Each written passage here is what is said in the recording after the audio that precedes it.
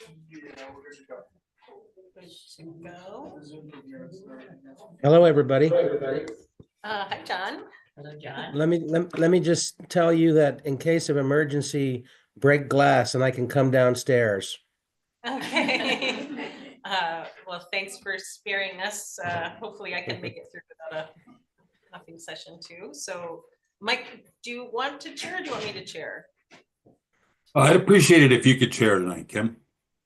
Okay, well, thanks for being here. So I will call this meeting to order, the Hartford Select Board.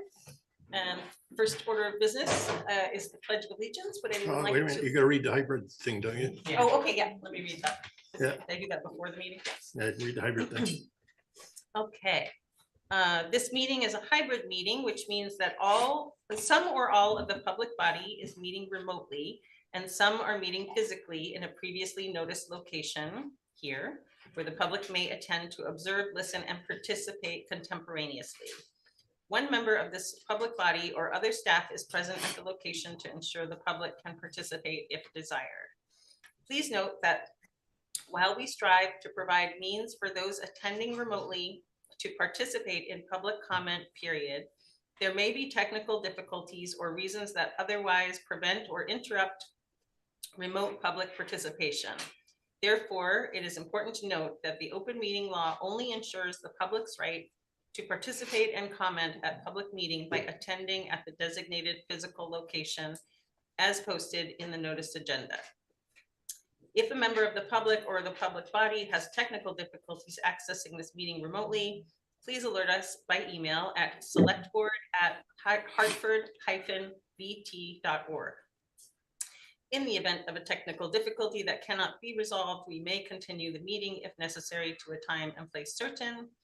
Please note that all votes taken during this meeting that are not unanimous will be done by roll call vote in accordance with the law. And as required by open meeting law, let's now start the meeting by taking a roll call attendance of all members participating in the meeting and have those members attending remotely identify themselves to ensure that they can hear and be heard throughout the meeting. Okay, Mike Hoyt. Mike Hoyt, present. I can see and hear you. Excellent, thanks. Mary Erdai. Mary Erdai here. I can see everybody and you can hear me. Thank you. Ida. I'm Ida and I'm present.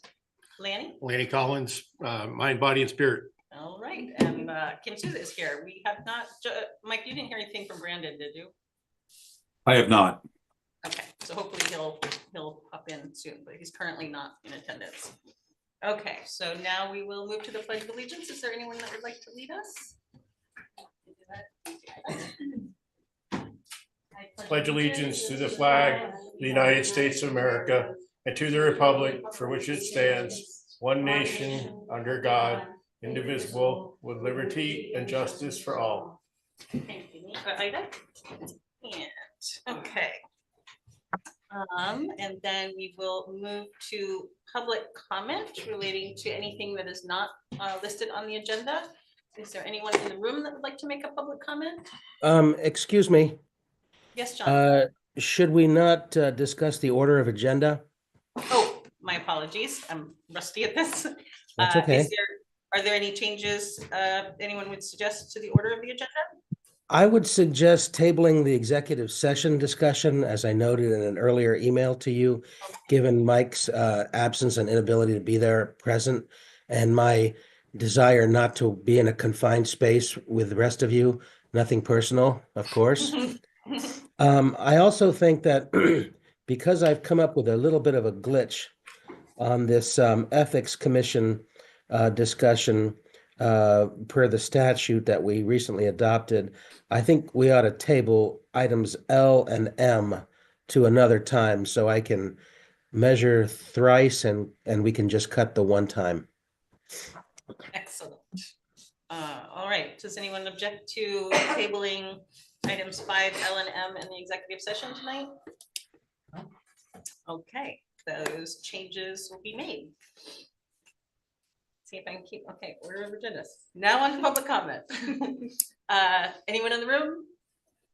I see a couple of hands up on Zoom, so Let's start with Heidi Duto. Go ahead. Good evening, Heidi Dutoy, Junction, Vermont. Thank you for allowing me to speak, Kim. I just want to give a thank you to all of the town officials and the select board for the information meeting last week. I would also like to hopefully request that links to the meeting be posted prior to the meeting. I myself had a problem getting the link to work. And thank you, Dylan, and thank you, Ida, for responding to me with the links. It's very appreciated. Other than that, I just want to say thank you to everyone that's preparing this budget, and hopefully we can get things addressed tonight that maybe need to be addressed. Thank you. Awesome. Okay. Thank you, Heidi. And Mike Morris, go right ahead. Hello, everybody. Can you hear me okay? We can, yes. Thank you. Thank you. I was going to ask, way back when Zoom started, we used to have a side place here we could chat and ask different questions. I'm not asking for that to be implemented again during meetings, but possibly before the meetings. I sometimes log in early, so I'm prepared and set up, and I see there's everybody sitting around doing things, and we could possibly chat about things at times. So I was wondering if the way to open that up a little bit. And secondly, I'm asking if the entire board received my question and email this past week, if all members received it or not. I did. I did. I did. Okay, I did. I'm sorry, I can't see who I did is on my screen. Yep. So the four of us that were present, I think you got a reply from Mike Coit, so you know he got it. And the Yes. four of us in the room, excluding Brandon because he's not here right now, but I think he also replied. Yeah, yes, he did. Okay, but the rest of you got it. Thank you Yes. very much. Look forward to talking Thank you, later. Okay. I will say that we did disable the chat because of open meeting law concerns that like some people had access to the exchange on Zoom, that kind of chat. I don't know. I think it sounds like Mike is what you're asking for, like to just turn the microphones on prior to the start of the meeting. No, he's looking for the chat function, I believe. Well, I guess the chat function maybe prior to the meeting or during breaks if you wanted to or whatever. But the other thing is that I think, do all you get to see who's zoomed in? So you get to see not just who's present, but also No. Zoom. Is that correct? So as a panelist, then I'm able to see all the attendees. You're the only one that sees all of them? Well, no, anyone like right now, Mike is a panelist, John Haverstock is a panelist. The finance director is logged on as a panelist, so they can see all the attendees. But if you are on as an attendee, you are only able, I guess, to, I don't know what you can see, just the main screen, the main jam screen, I think. So you only see when I raise my hand. You don't know who else is out there watching. No, I do. I see, like right now, there are 13 attendees and 5 panelists, which includes jam.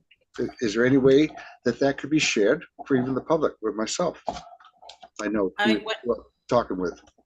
Yeah, and we can follow up on this maybe after, Yeah, but yeah, I mean, enough one thing time. that we could do is just list in the attendees, like in the beginning of the minutes where it shows the attendees.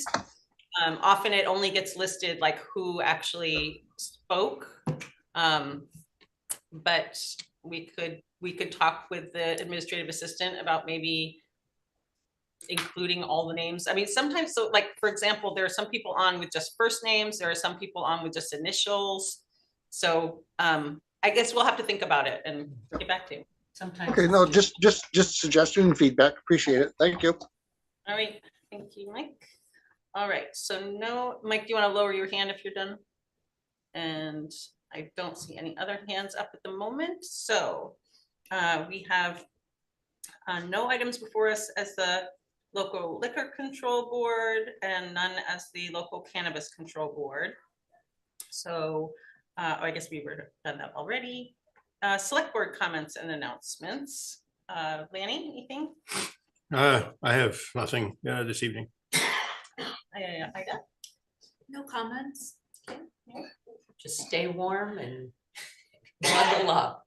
Indeed, and yeah, I don't think I have anything at note at the moment. How about you, Mike? Any public or select board comment? I do have a select board comment. For those of you who may not be aware, I suffered a mild stroke on January 10th. That's why I wasn't able to attend the info night and why I'm appearing remotely tonight. I'm doing well. Not 100% back yet, but getting very close. I'll be back in person, hopefully, and chairing the February 4th select board meeting. I'd like to thank all my colleagues in my absence for making sure everything's running smoothly. Thank you. Thank you, Mike. Okay, so next on to appointments. We have consideration of reappointing Bruce Riddle to the Planning Commission for a 3-year term. I have a question, but does anyone else have any? I have a concern. I personally would like to see the board go back to in-person, even for reappointments, especially to quasi judicial boards, meaning the zoning and the planning commission. Because planning and zoning commission carry a lot of weight in the town of Hartford, and as a quasi judicial board, I think it carries much more weight in the in terms of the appointments for that board. I think a lot more consideration should be taken for those appointments to those boards. And I would like to see us do more in person for that. We're only talking about 2 boards and committees within the town that are quasi judicial that come before us for appointments. So I'm not sure when we can take that up, but I would like to see that on our radar at some point in the future. I think it is a very important thing that it's very, my term here on the select board, I've only seen one person that the board has ever rejected for any position. And there should be a lot more thought and consideration given for planning and zoning in particular, as well as other committees and commissions within the town of Hartford. Yeah, so I would suggest maybe being in touch, like email the town manager and ask how we might go about getting that on an agenda for a discussion. I think that's definitely worth consideration. Anyone else have questions, thoughts? I would like to, before any motion is made, John, would it be possible for you to be able to confirm whether or not the vacancies were warned according to their policy? Yes, I had this specific conversation with Lana following our agenda setting meeting when you raised that topic. And Lana has assured me that in fact, we're following our normal protocol, which we have been for maybe close to a year now, of having an automatically renewed rolling list of vacancies or upcoming vacancies. Lana is attending tonight on the Zoom, and perhaps she'd like to say anything more, but that's all that I can tell you. Because I think one of the notices that I saw after that agenda setting meeting, I think might have been before, but was on the listserv, and the planning commission was not listed in the current vacancies or in the anticipated vacancies. So I'm not sure if that, I didn't look in all the locations it might be posted. Oh, Leanna is, were you ready to, would you like to chime in, Leanna? Nice to see you. Oh, second, okay. Yes, I try for anticipated ones is where we put up the people that are going to be renewed. And to my knowledge, it was up there. I don't know what happened, that if it dropped off, but it's been up there since the last posting we did. So It's like on the website, but the yes, the top part are the openings we have, vacancies, and the bottom we list anticipated vacancies, and it's by the month, and it's for everybody that comes up to be renewed. just see. Right. can I follow your thoughts on that a little bit? Please, and then I'll see if I can find it in the Yeah, meantime. so one of the problems with planning and zoning, and I keep coming back to planning and zoning because they are quasi-judicial boards, is I would love to be able to see more emphasis on recruiting other members for these boards and commissions. I don't know when we've had a change. Well, we had a recent change in the zoning board because we denied one person's applicant. But prior to that, there's not a lot of change happening on zoning, and planning commission has been same members for a number of years. And you can only have growth if you have different ideas. And I'm not saying that their planning commission is stagnant by any stretch of the means, but fresh ideas onto a planning commission, particularly when we are looking to grow the grand list and in order to bring our tax rate down, I think needs to have a lot more people applying for these positions. And we should be recruiting people, I think so. Mary, go ahead. I agree that change can be very positive, but I also think that there's room for people understanding the process, and you can't push people. I don't know what you mean by recruiting, but you can't push people to be on a board if they, are uncomfortable in that. So, and I've always been really proud of the fact that we have so many volunteers who want to do their due diligence in a volunteer way with the town. I just don't know when you have a position like that, how you recruit, because that's not what the position is. I agree. I don't want to drift too much away from this appointment. So I have further thoughts that I would love to discuss in a following meeting. But we only have on the agenda to deal with the appointments or reappointments. I mean, it's difficult. Bruce isn't online, is he? Is he on Zoom by chance? He is. Kim, I have my hand up. Go ahead, Mike. Yeah, so we can make a note to put Lanny's idea on a future agenda setting to have certain ones come in person for a reappointment. Bruce is online. I would suggest we just get to the appointment. Yep. Yeah, that's what I say. Although I just want to say that, so I just received an email with recent postings, and I don't think the planning commission is on there. This is the one I was referencing. I don't know when it's from. So when Bruce, does do you this want to expire? speak? When does this expire, Kim? His appointment? I don't know. It doesn't show. So, Maybe I was he wondering if can we answer that. table it until, if it's not been posted, we should table it Oh, wait. for a couple weeks to find out if there's other applicants that'd be interested. This is September. That's probably another question for Lana.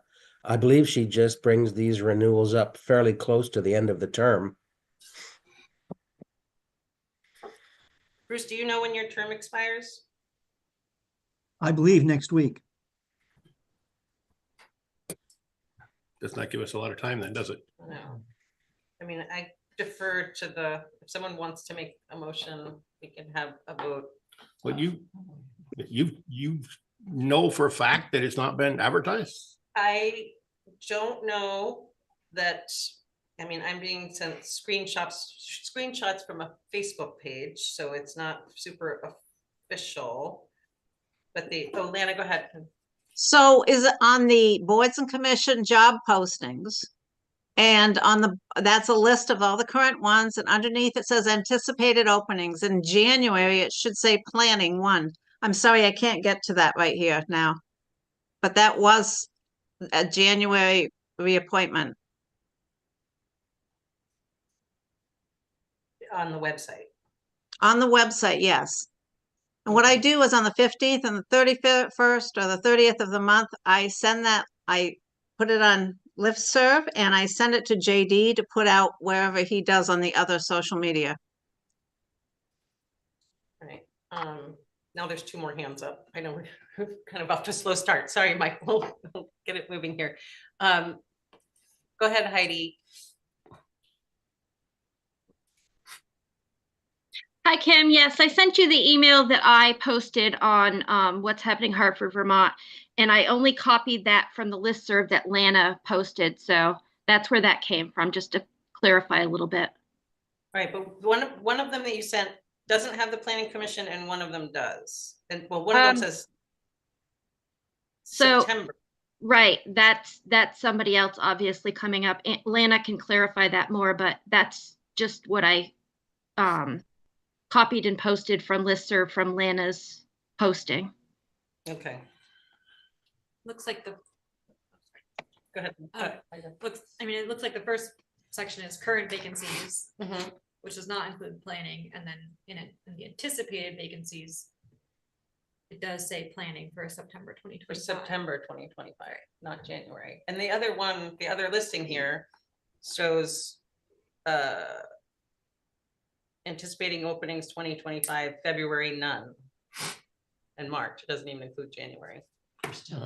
Madam Chair, Yeah. they do not have another meeting this month, Planning Commission. So we could table this and then come back to it next month, next meeting. I would feel better if it were like just confirmed 100% that it was. I would make a motion. I don't know if we need to make a motion to table it, but I would suggest tabling it until next meeting. John, Mike, you okay with that? Mike, Well, I'd like to know what it is you want confirmed. Lana has already confirmed it for you. I would like to see the postings of it being warned or being notified. Bruce, go ahead. There is a PC hearing on the 24th. And I'm told it's a very full agenda. There is, I can see that listed.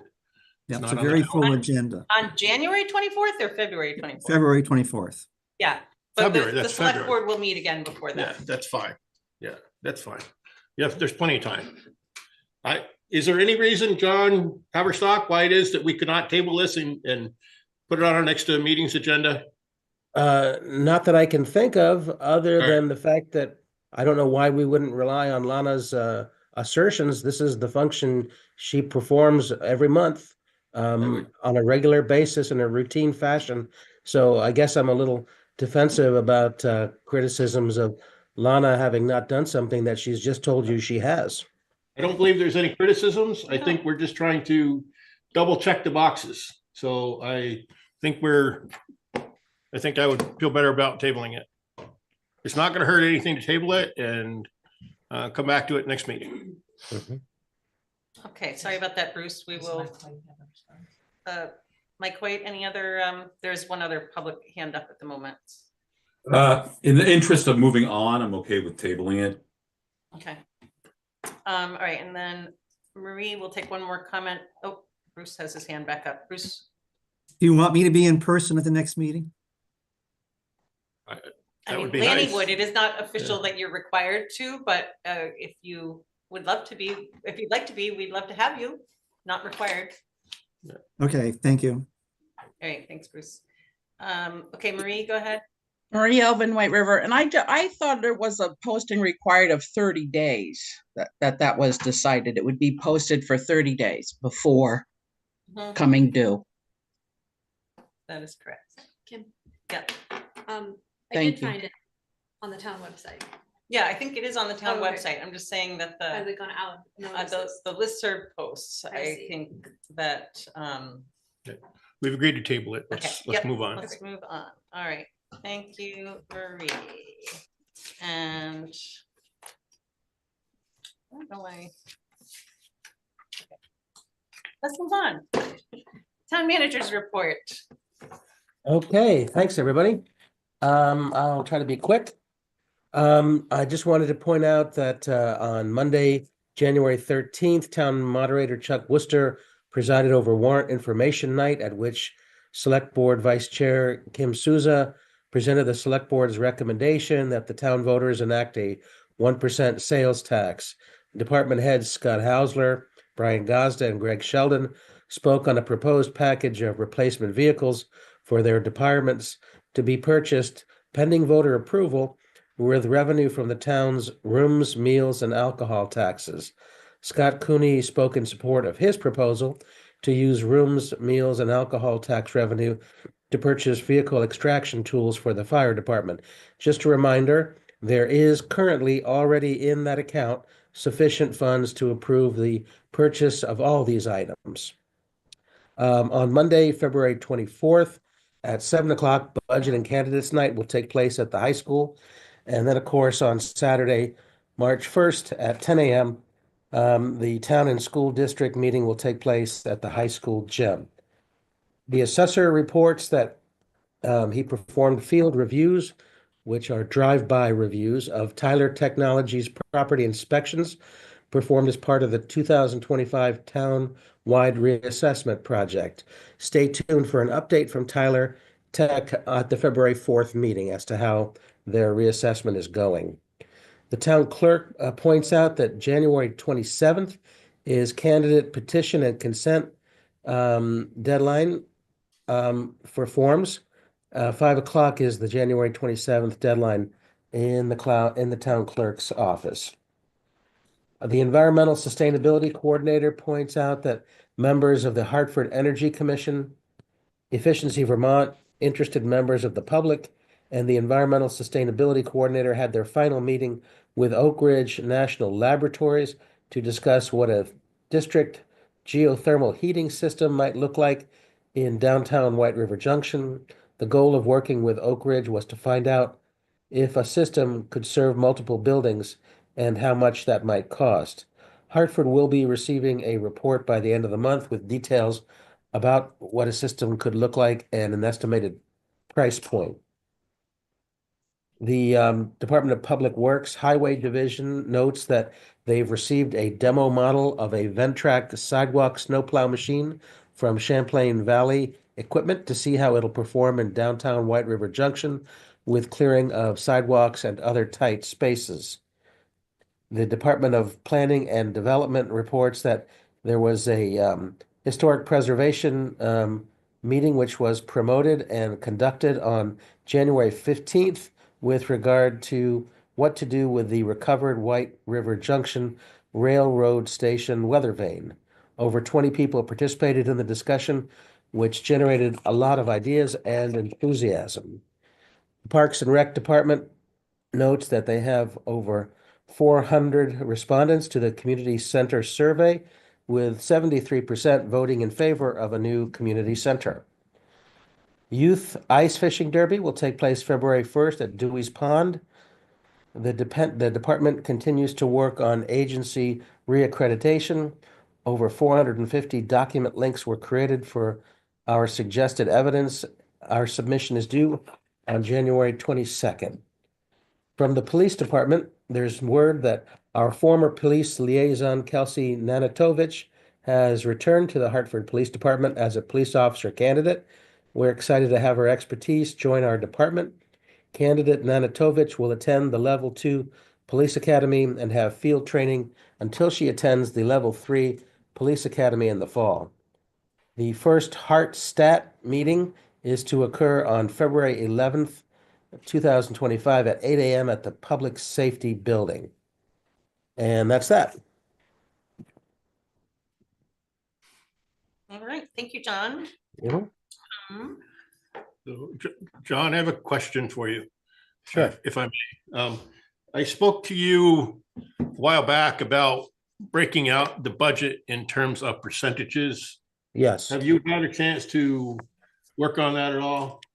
No, I'm afraid not. I've been on vacation for 4 days out west, came back with a head cold only to have to hustle for tonight's meeting, but it's definitely on my list of things that are high on my agenda, as is following up with your, as is following up on your request that I put together an addendum to our frequently asked questions or sales tax overview, showing recent information from the Department of Taxes as to what our anticipated revenues might be from a sales tax. Thank you. Okay, yeah. Yeah, I think it's, if we could get that breakout done by budget candidates night, that would be a huge plus. I don't know if that's something that our public information officer has the ability to work on or not. It's just a matter of going out and going through the budget, so. I'll certainly be talking to Gail and JD about that. And then the other question I haven't had a chance to look for it on our town website, but is the budget on the town website, and is the actual tax increase that was sent to us by our finance director on the website as well? The documents that basically made aware of, are they on the website? I believe it's in the select board packet, which of course is on the town website. Obviously, waiting for tonight's action by the select board. Don't want to be too premature in broadcasting to the world numbers if in fact you folks want to change them. Okay, but after, if it does pass tonight, it would be nice to be able to put that in a location that's easier to find for people on our town website. Thank you for that. I appreciate that. Thank you. The most current one, the one previous to this, is under the in the document center. Yeah, but under, I'm wondering about this completed yeah, one. then. so once Yeah. if it's approved, then but Yeah. the fiscal 26, anyway, there is a fiscal 26 digital on Yeah, the, the old one, not the one that we went through and did all the changes to, which is, correct. yeah. Yeah. So I just want somebody to have the correct information if they're gonna start looking at things and having questions. Sure. Yep. Okay. Thank you, John. Sure. Okay, we've got the whole Sister Cities crew here. Would you all like to come give us a little update on your committee? That would be perfect, yeah. My name is Joan Ponzoni. I am the chair of Sister City Committee. I joined the committee in 2014. My current tenure is from April 5th, 2022 and ends in April 4th, 2025. Our select board liaison is Mike Hoyt, and he's been very helpful and we thank him. Now I will let Laura tell you about our project to come, and Allison will be speaking about the trip to Chenon this past April. Thank you.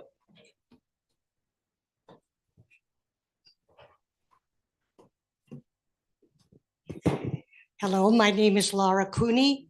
I've been part of the Sister City Committee since 2017. My current term goes from January 10th, 2023 to January 9th, 2026. I have a proposal for all of you. In 2020, when we could not travel due to the COVID restrictions, I proposed a contest to develop a logo, and it was responded by a Hartford High School student.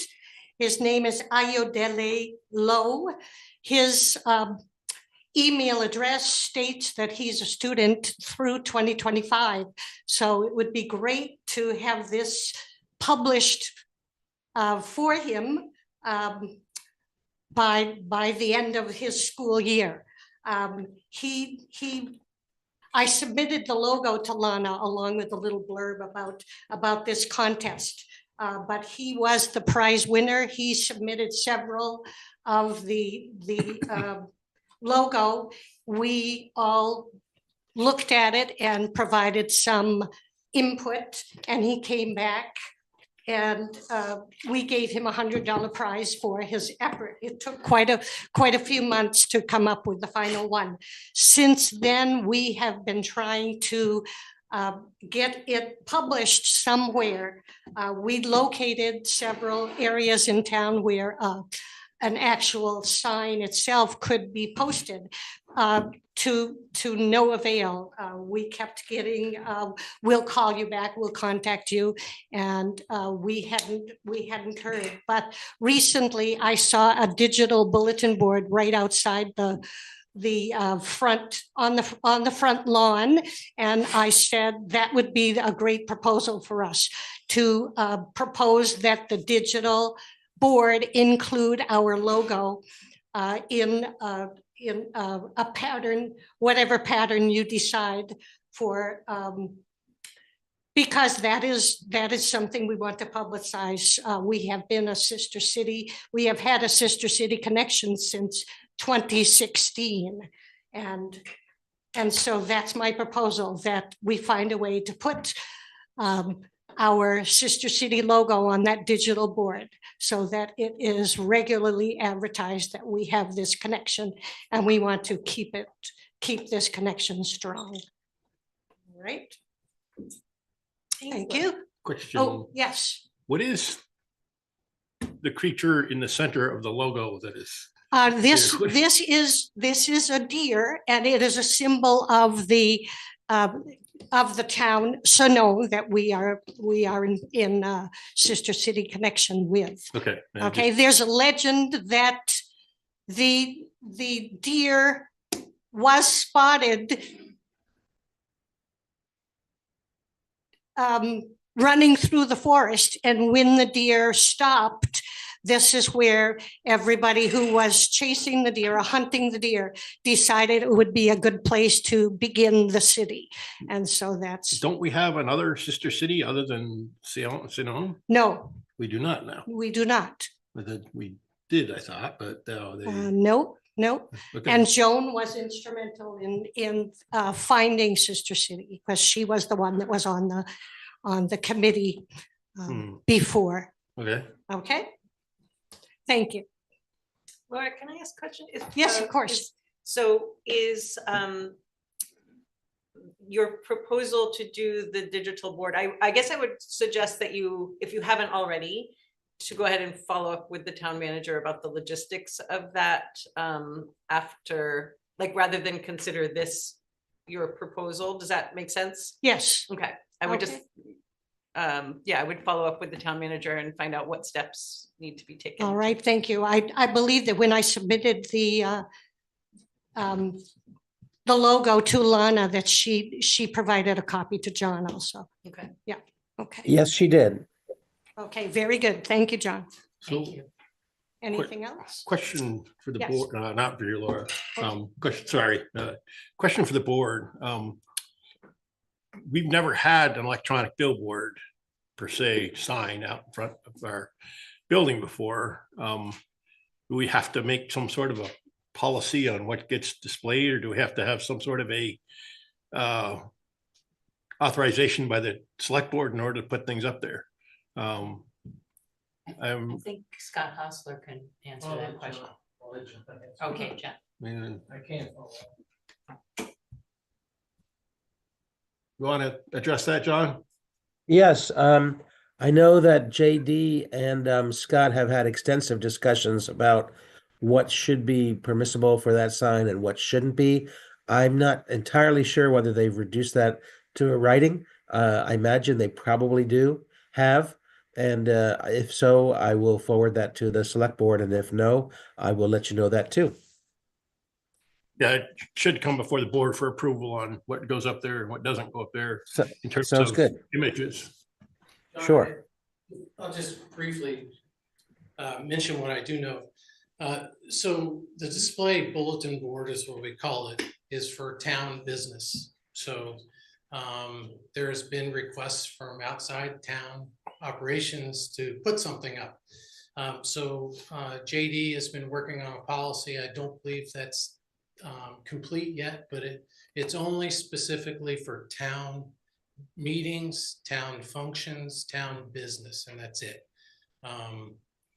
There was no intention, but I suppose if John approves your selection or recommendation to have anything that goes up go before the select board, I assume that could work. But I think it's also designed so if there's an emergency within the community, if a parking ban has to go in place quickly, those types of notices would be very difficult to do if you have to go before the select board to get that. I understand. My concern about putting an image, or lack of a better word, and I mean, when you put something up of this nature, if you were to put this on that board, it is an endorsement of sister cities, and then do we have to put other committees up there as well. No, I So agree. that's, So there I don't needs to know- be, there needs to be a set guidelines as far as what is put up there, other than informational things about the town of Hartford. So right now, it's only Town of Hartford meetings, functions, and activities that are specific to the town departments. Anything of this nature, anything other than that should come before the board, in my Gotcha. opinion. That's my personal opinion, so. And I would love to see other avenues to be able to put this stuff out, listserv. I'm not sure what else is out there, but it's, got to be very careful about the precedents that's set. All right, well, let's move. Allison, you wanted to speak as well?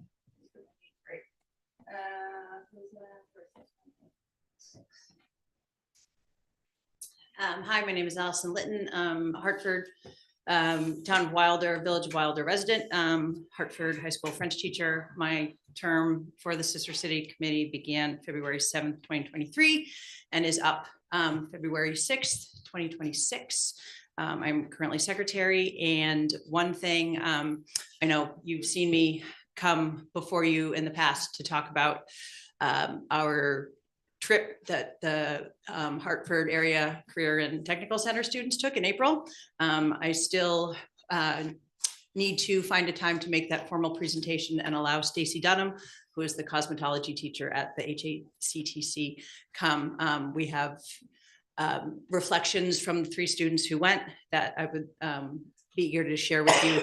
So that's been my main role with the Sister City Committee, is organizing that trip. And I also would like to, not in person, but welcome Gavin Irish, who is a Hartford High School student. He is currently an 11th grader, and he has joined the committee as our HHS student liaison. So he has met with us, and we look forward to working with him in the future to continue to develop relationships with schools in and around the Seminole area. Kim, how do we get the room back up in there? I think that's up to Jan. I think what the public is seeing is the Jam one, right? Yeah. Yeah. The public is seeing the owl stuff. I don't know why Okay. that is happening. Allison, is your student liaison like part of your charge? Like, is it a voting member or no? No, he's just our liaison. And he's working on a project. His capstone project is working to further relationships with schools in France. And so we thought it was logical to include him in our committee and continue to develop relationships with schools that may not just be their technical center, but also a more traditional sort of public school, public high school. Awesome. Anyone have any notes for Allison? Is this just a presentation? You're not looking for anything from the board tonight then, really? No, we're just here to mention our term limits, our term time, and then to also just let you know that I will be coming before the board with Stacy sometime hopefully in the next couple months to give our formal presentation from our trip last April. Thank you. This is part of that rotation of different committees. Yep. So, yeah. Cool. Gotcha. Thank you so much. Thank you. Thank you. Okay, so next we go on to the 200. Go. Oh, I'm sorry. I missed that. Okay. Yeah, I'm Pat Cook, and I'm the newest member of the board. I came on in May 14th of 24, and I'll be there until May 13th of 27. And I'm getting my feet wet and working with the board on bylaws and looking at what we have right now and what we need to move towards. My only question to this committee is, what's the best recipe for tortilla? For French meat pie? Oh. Canadian meat pie. Lady, I gave you one the first year, didn't I? You did, yes. I made one for you. I forgot this year. I'm sorry. It's my favorite. Okay. Oh, You there's should have some. asked me before Christmas. That's all right. I have a hand up from Marie. Go ahead, Marie. Thank you. I was just thinking, Marie Alvin White River, that maybe the sister city should, they could come up with a banner to hang in town. That was just something I thought of. It seems like the electronic one should be just very what's happening right here, right now. Thank you very much.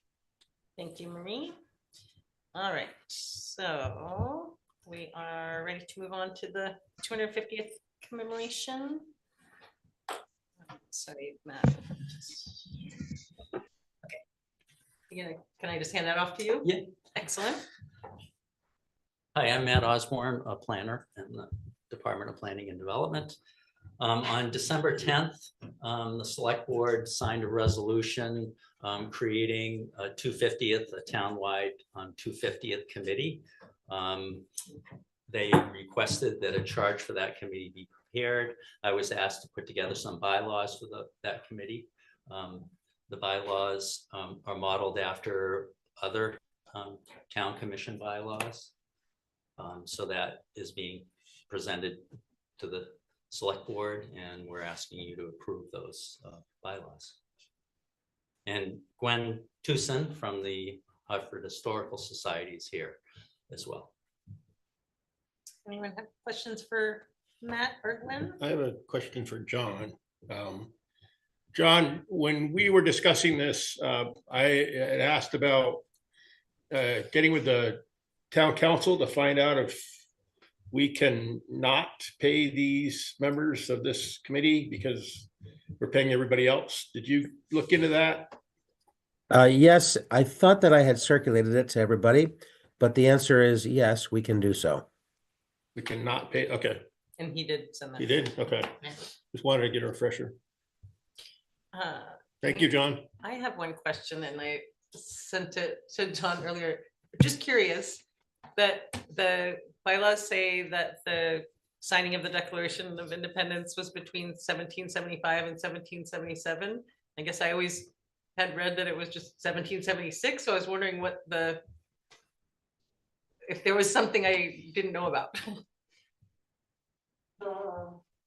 I mean, it is true that 1776 is between 1775 and 1777. Kim, So this says just Revolutionary War between 75 and 77. It does say the anniversary of the 77th signing of the Declaration of Independence. Underlying one purpose. So it does read correctly. So On page 9 of the PDF, 9 of the says 250th oh, so it's anniversary. more than just the signing. I see. I Yeah. think I just wasn't really, because it's mentioned in there twice. So it's probably Right, since the activities of multiple events, including the signing. Okay, Yeah. thanks. I was just Yeah, wondering if I, So they're laying out, as your history books tell you. So yeah, we're not rewriting this history. no, for sure. Okay, that was my only question. Gwen, would you like to say a few words as Sure. well? Sure, I'm Gwen Tucson, and I live in the Christian Street Historical District, and I'm a volunteer at the Hartford Historical Society. Thank you to Matt for drafting these bylaws as they stand now. With the select board passing the resolution in December, we are now listed, the town of Hartford is listed on the Vermont Commission, 250th Commission website as one of the towns passing a resolution. If you go to the Vermont 250th website. Also, there are a group of volunteers from the Hartford Historical Society and other people from the town of Hartford or people that work in the town of Hartford that don't live here, who've been working on things, since last winter. And since this committee is not yet active, we are going to continue working on things until this committee can actually meet.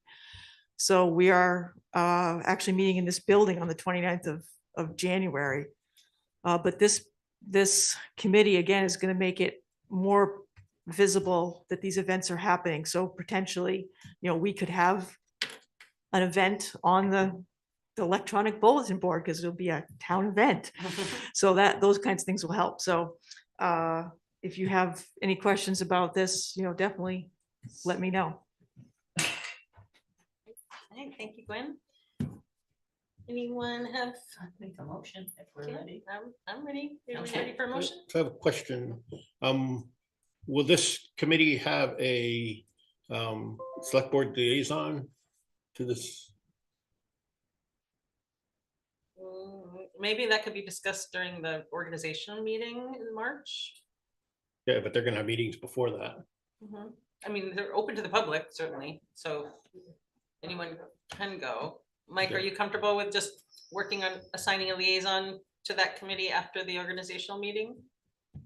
Yeah, I mean, I think, I would encourage anyone on the select board who's interested in this group to attend the meetings. If we want a formal liaison, we can either appoint one, at a meeting before the organizational meeting or afterwards, depending on the makeup of the new board. Okay. Fine. Okay, go ahead, Mary. Okay, I move that the select board approve the proposed Hartford 250th Commemoration Committee bylaws and proceed with the committee appointment process. Is there a second? Oh, good. I'll second. Okay, motion made by Mary and seconded by Ida. Any discussion? All those in favor say aye. Aye. Thank you, Mike. All right, that was 5 in favor, 0 opposed. Okay. What's next? May I just ask, are we still now a board of 5 members in the absence of Brandon? We are, yeah. Okay, thank you. Okay, Taft Flat Historic District nominations. Jonathan. Hi, my name is Matt Osborne. I'm a planner in the Department of Planning and Development. I provide staff support to the Historic Preservation Commission. With me this evening is the chair of the Historic Preservation Commission, Jonathan Scheckman. The proposed Victory Circle Highland Park Historic District and the Demers Avenue Historic District have been in the works for several years. In 2016, phase 2 of the Historic Sites and Structures Survey identified several potential historic districts in the Taft Flat area. And these are developments that occurred in neighborhoods that were established on Taft Flat from the early 1900s to the mid 1900s. In 2021, there was an intensive level survey done by architectural historian Brian Knight, and he concurred with the findings of the Historic Sites and Structures Survey. In 2023, the town received a certified local government grant to hire an architectural historian to put together the historic district nominations, 2 of them. And of those, of all the several potential historic districts on Taft Flat, the 2 that rose to the top were the Victory Circle, Highland Park, and Demers Avenue. Brian Knight, who had done 2 previous historic district nominations for the town, was hired. He's now working for Harkin Archaeological Associates. Hartford currently has 9 historic districts, all 5 villages, and then there are 4 additional historic districts. Gwen Tucson, I noted that she lives in the Christian Street Rural Historic District, north of Dothan Brook School. There's the Jericho Historic District. There's also the Terraces Historic District, which is above White River Junction residential neighborhood. And there's also the Advent Camp Meeting Grounds Historic District, which is behind Knight's Funeral Home on Taft Flat. Community meetings for these historic districts were held on June 12th, August 21st, and November 20th. Between the community meetings and inquiries from the public, there's been strong support for the historic district's establishment. The Victory Circle Highland Park District is located on Highland Avenue and Victory Circle. It's comprised of 11 contributing buildings on approximately 6.6 acres. 5 of those buildings were built by the Hartford Building Associates between 1918 and 1920 to address the post-World War I housing shortage. So this was a civic effort for the creation of a small number of houses to address, the shortage of housing and the challenge that local businesses had finding workers. So it's been over 100 years and we are still finding ourselves in a similar situation. The proposed Demers Avenue Historic District is located east of Hartford Avenue on Taft Flat. There's 7 contributing buildings on 2.1 acres. All the buildings contribute to the historic significance of the proposed district. The log home style houses were built by J.F. Demers between 1937 and 1939 and are quite unique and have very similar characteristics. Inclusion on the National Register gives recognition to historical significance of a district and individual properties. It does not place any restrictions on the use or development of a property by the property owner unless the property owner seeks federal tax credits for renovations to an income producing structure, or federal or state funds are used for improvements to a property or area within the boundaries of the historic district. I'm sorry, would you mind just reading that last sentence one more time? Okay. It does not place any restrictions on the use or development of a property by the property owner unless the property owner seeks federal tax credits for renovations to an income producing structure, or federal or state funds are used to improvements to a property or area within the boundaries of the historic district. Is there more to, like, what are the unless, I don't want to, I mean, I can let you keep going, but I was curious about that, like benefits or restrictions. And it sounds like if someone is in the historic district and is somehow eligible for a tax credit or federal grant or state grant, there would be restrictions? There might be some restrictions on what they do to the building. Sorry, there's the what would you say, the interior of the, sorry, there's a mandate of specific architectural contingencies that basically say that if you want to get the investment tax credits, you have to follow specific architectural terms in order to have it be exactly the way it used to be. Otherwise, you're not qualified for whatever the tax credit is. So so anyone can improve their home and not pursue any kind of tax credits. But if you do, you just have to follow the Secretary of Interior's mandates. And do all residents in those properties consent to the being part of the historic district? Well, I mean, we haven't received any negative responses from anyone. Okay, and everyone has been notified? Yes. By cards and yes, certainly. Sorry, okay, I didn't mean to interrupt your presentation, sorry. Sorry. And there's another hand up, but we'll wait to take your question, Marie, till Matt's finished. Okay, on December 18th, the Historic Preservation Commission voted to present the nomination to the Select Board. The next step is for the Select Board to decide whether to submit it to the Vermont Advisory Council on Historic Preservation. They would then determine whether it was appropriate to submit to the National Park Service for their final decision on whether it is added to the National Register of Historic Places.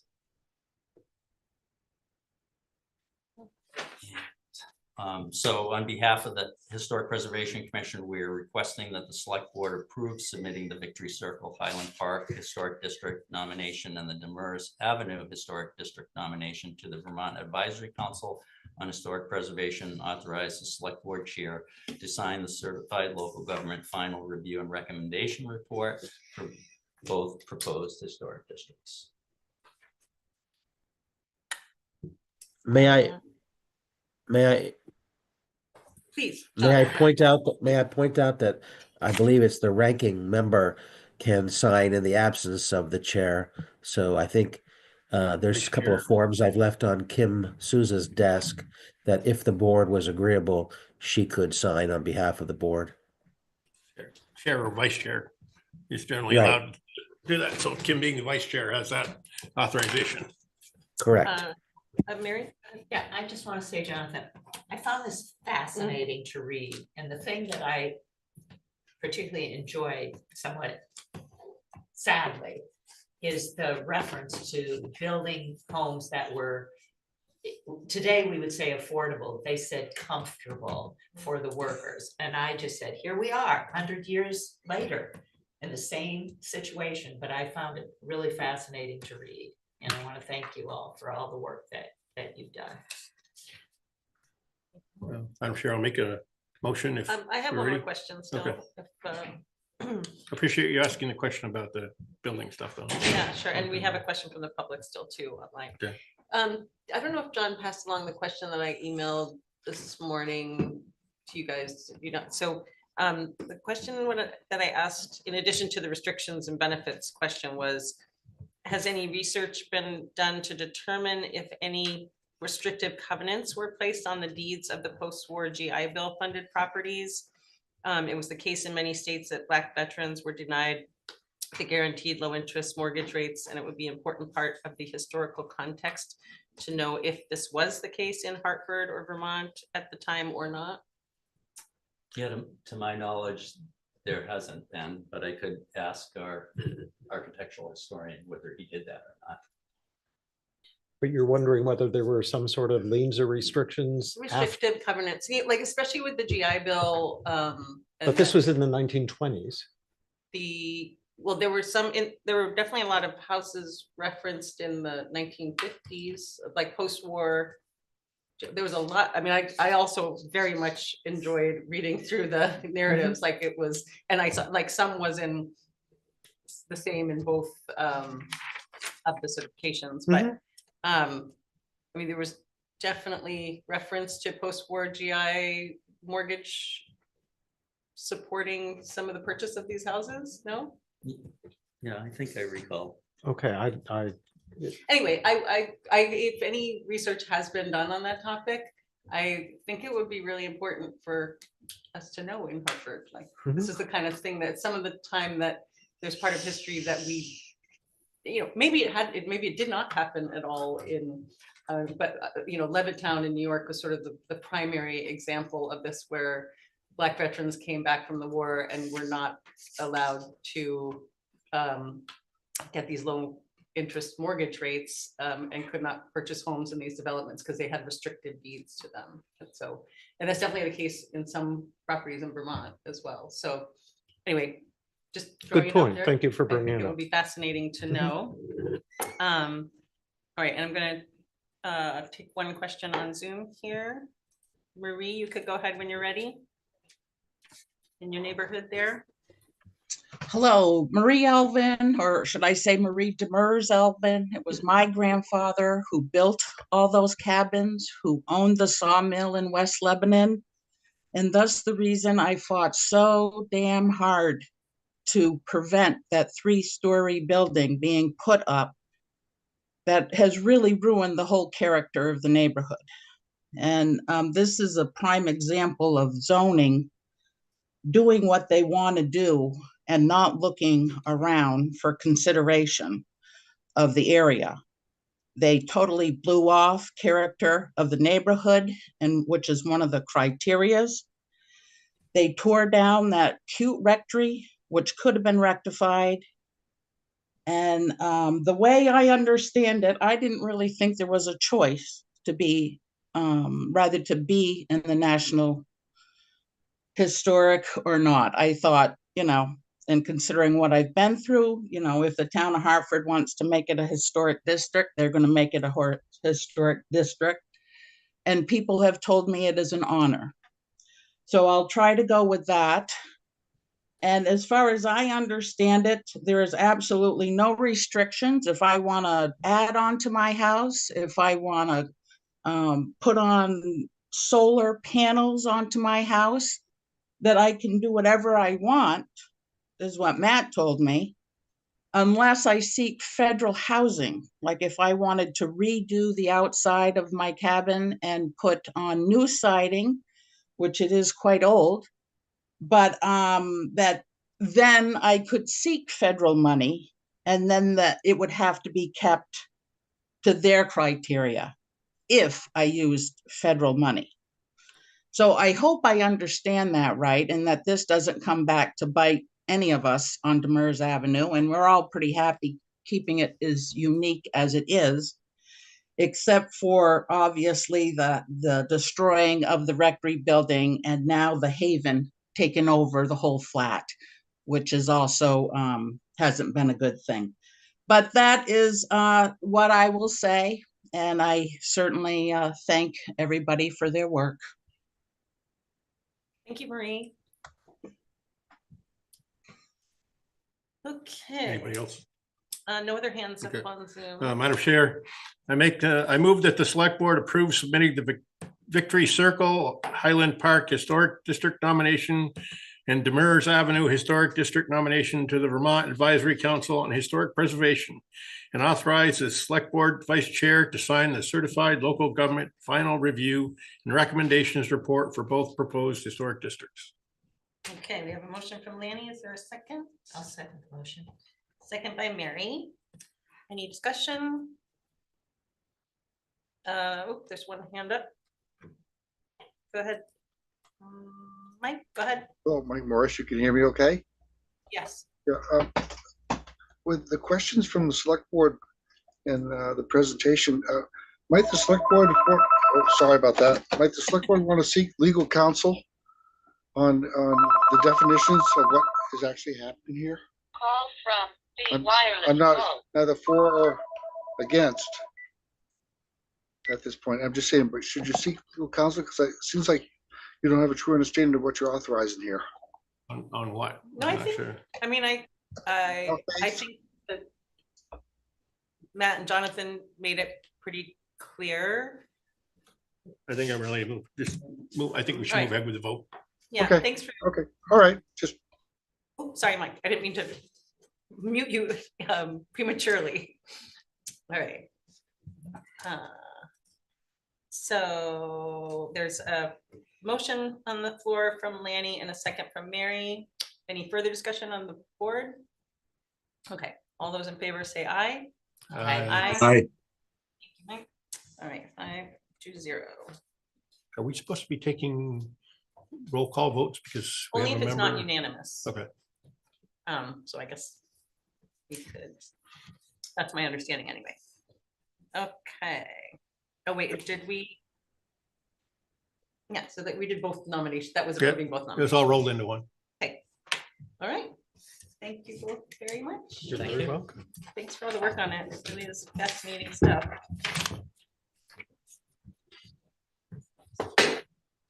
All right, John, for the budget stuff, how do you want to proceed? Well, I was thinking that we could consider adoption of the 26 general fund budget, and then perhaps a group motion for items E through I, which are the enterprise fund budgets. Yes, I did come up with an additional question.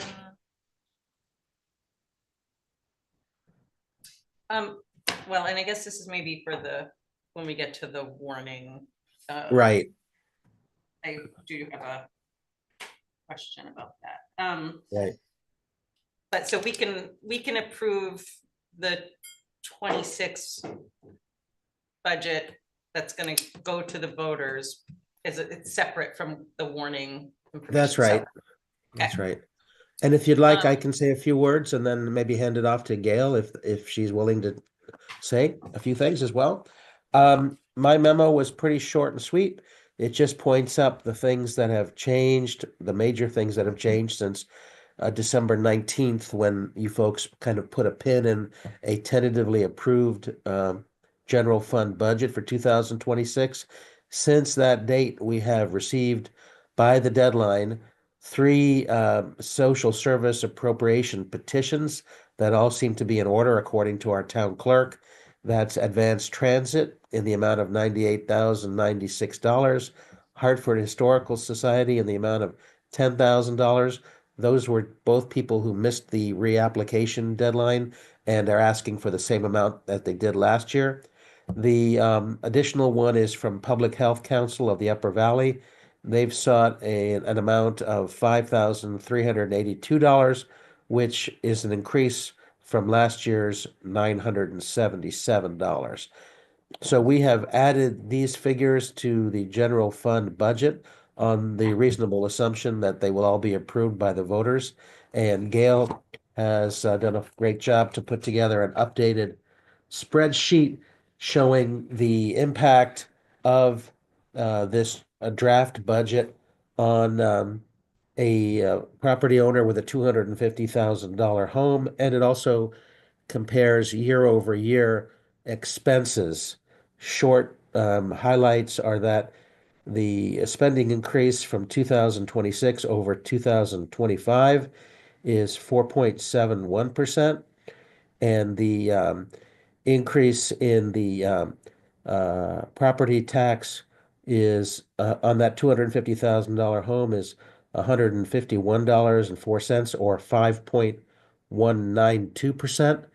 I certainly want to commend all of staff and all of the select board members who worked so hard to bring a much higher budget proposal into size that hopefully the voters can accept and support. Gail, did you want to add anything to that? Yeah, thank you. I guess one thing I do want to mention is the ARPA money that we're applying towards the budget. Just keep in mind that as we get closer to July 1st, that number should be growing with the interest that we gain on that account.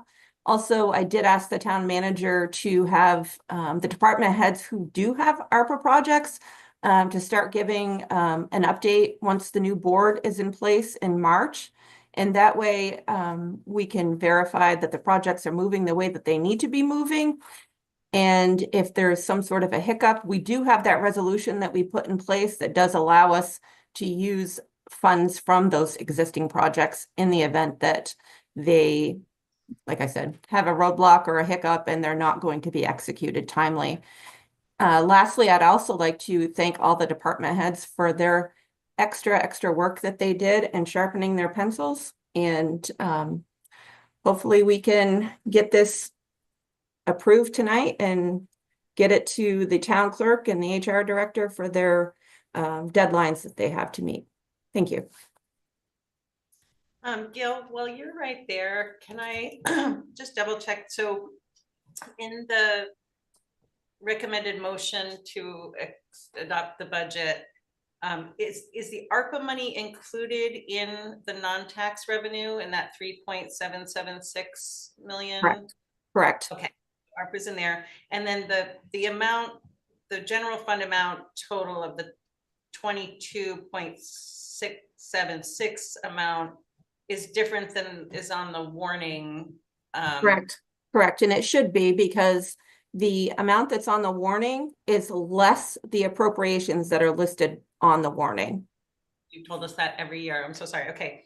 And that is the difference. So those two numbers are as current as we need them to be. That is correct. I believe it's 200 and I don't have the appropriations right in front. 211,393, something like that. Yeah. So if you took the 22,676,506.82 and subtracted out the appropriations, you would come up with the amount that's on the warning. Great. That answers my question. Anyone else have any questions for Gail about the general fund motion? Just to make sure that we're putting it out for everyone to hear that's listening, we're looking at a 4.71% spending increase. Right. Correct. So, which is a lot less than we started with. Correct. But this is, so anyone that's interested on a $250,000 house, it's going to be a $203.75 increase for your taxes. That's not what I see, Lenny. I see $151.04. Where's the 203.75 come from? Oh, I'm sorry. That's what it was last year. Oh, wait a minute. That was 2025. You're right. You're right. You're right, John. It is. Where's that at again? It is 151. Top left of your spreadsheet. 15104. My apologies. No problem. I am incorrect. No problem. Gail has whipped me into shape. Yep. My apologies to the towns. All right, Mike has his hand up again, Mike Morris. I'm gonna see what Mike has to I say. don't understand that. Go ahead, Mike. I don't have anything to say. Question, I had to leave for a bit. I apologize. And I missed a portion. Does this total increase of 151.04 include all the extra line items that we voted on that is on the ballot? Or is that? Yes, it assumes that all of those will be approved because the record on that is nearly unanimous, I believe. Yeah, okay, thank you. I apologize. I missed that, so thank you. No worries. So wait a minute. So the change is not 4.71, the change is 5.19? Is that? Yes, that's the change on the tax bill of a $250,000 home. That's the increase in the property tax. The spending is up 4.71. Okay, so I was mistaken on two things then. So it's not 4.71 increase, It is a 4.71 increase in the budget. Yes. in the budget, but It not in actually results in a Right. 5.192 increase to the taxpayers. Yes. Right. Increase the tax, yes. So John, it would be worthwhile to take these numbers and have it listed what a $1 million local option tax would impact for them. Yes, So- in fact, that talking point is already teed up. I know that as soon as Gail comes up for air, she will perform an alternative spreadsheet that we can use as a talking point, that we've done our best to keep the property tax increase down. But for example, if that $1 million that we anticipate collecting annually from the sales tax were in place this year, here's how much less you'd be paying. Yes. And John, I believe that was $130. Your taxes would go down for a That was 250,000. that was based on a $750,000 assumption. Lenny's Okay. Lenny's absolutely right that we could and should be more bullish based on what the Department of Taxes is telling us. All right, the hand went up and down again. So look at that. Okay. Any other discussion or question before we do motion? Okay, let's accept a motion for 5D. Make the motion. Okay. I move the select board approve the fiscal year 2025-26 general fund budget totaling $22,676,506.82 to be funded with $3,776,106.89 in non-tax revenue, $1,479,000 from the unassigned fund balance, and $17,421,399.93 to be raised by property taxes. Okay, we have a motion from Mary. Is there a second? I'll second. Second. Oh, Mike White seconds. Thank you. Any further discussion? Yeah, I personally would love to see a much lower number, but I don't know how we can operate the town without the budget being the way it is. I think that's probably unanimous. So, There's a lot of things that I would like to see different, but okay, all those in favor? I Aye. Any opposed? No. Okay. So then we move on to the enterprise funds. Gail or John, any discussion about these before we move through them? Gail, go ahead. I have the number before we move on to the enterprise funds. If we did take in $1 million for the sales tax, if anybody's interested in it. Sure. Yes. So it would be a decrease of $24.60 for a $250,000 home, currently what they're paying for 2025. And the overall tax rate would decrease 0.0098 from 25 to 26. You said 0.0098? Yeah. Correct. Yep. Well, that hasn't happened in a while. It's not happening this year. Well, it very well could be. You never know what this year is going to bring. And no, I don't have any comment on any of the enterprise funds. Thank So you. I just have one question about the enterprise funds. I think it's behooving upon us to say where the difference is going to be coming from for the funding. The revenue, we've got 215,000 versus 919. It's a user fund, user fees. So funded by user fees. Brian or Gail want to speak to that? All of them, they are all funded by their enterprise funds, funded by user fees. So, Well, the ones that come in with revenue under the deficits, yeah. expenses, so With that would deficits, be, yeah. Lenny, is that a question or are you making a statement? That statement, I guess, for lack of a better term. Okay, so it doesn't Yeah. require a response then. No, not from you. No. Okay. They're funded, they're enterprise funds. They're funded by the user fees for the most part. Correct. So that's what I'm saying. Did I say it wrong? No, you said it correctly. I just wasn't sure if there was a question mark at the end of it or if you were making a statement. So I wanted to make sure that if you had a question that we were able to answer it. That's all. I appreciate it. No, I appreciate that. I think it's important that the voters understand that, if they don't, that it's an enterprise fund that pays for itself. So, thank you. well, the enterprise funds are not on the town meeting ballot, right? That's correct. And for this purpose, I mean, the solid waste, that the budget figures already include the general fund transfer of whatever it is, like 325 or something like that. I mean, Laney, if you want to make a motion and amend the recommended motion to say something about where the. No, I'm fine with the motion the way it is. Okay. I mean, it just, if people ask, we just, so it is. But And did you see the question that I sent out today? I did. Okay. I did, but the motion that is here. Hopefully we'll learn a little bit later tonight about the Sanborn head's recommendations or findings with regard to the transfer station, for example.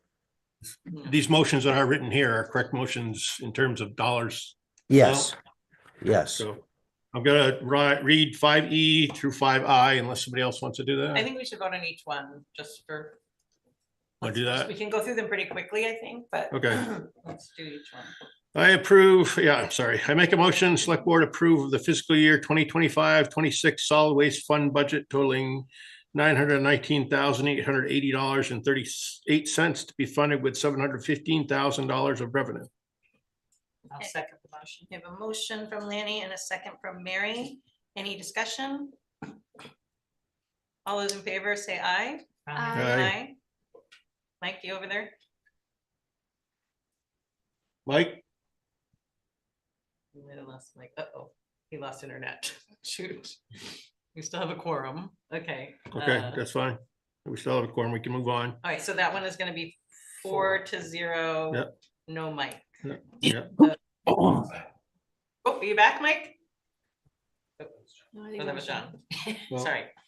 All right, Okay, he says just proceed. Okay. make a motion, the select board approve of the fiscal year 2025-26 White River Water Fund budget totaling $1,409,403.87 to be funded with $1,402,555.47 of revenue. I'll second the motion. Okay, we have a motion from Lanny and a second from Mary. Any further discussion? All those in favor say aye. Aye. So it's 4-0, still. I'm back. Mike White is back. Oh, Mike, I'm you wanna back. vote? Thanks. Sorry about that. That's okay. Do you want to give your vote for the White River Water Fund budget? If I can, I vote aye. All right, so 5-0 on that one. Okay, now. We keep going, Laney? I just said she'd pick it up. Okay, I can do okay, the so next two. 5G. Okay, 5G, I move that the select board approve the fiscal year 2025 to 26 Quechee Water Fund budget totaling $648,811.50 to be funded. Wait, Up no, 648,000. Yeah, Oh, sorry. all the other ones were millions. Okay. Rewind, yeah. Totaling $648,811.50 to be funded with $604,315 of revenue. I'll second the motion. Okay, we have a motion from Ida and a second from Mary. Any discussion? All Maybe those in choked favor- there for a second. All those in favor say aye. Aye. Aye. All right, 5-0. 5H. Okay, 5H, I move that the select board approve of the fiscal year 2025 to 2026 White River wastewater fund budget totaling $2,312,615.93 to be funded with $2,322,079.44 of revenue. I'll second the motion. Okay, motion by Ida, second by Mary. Any discussion?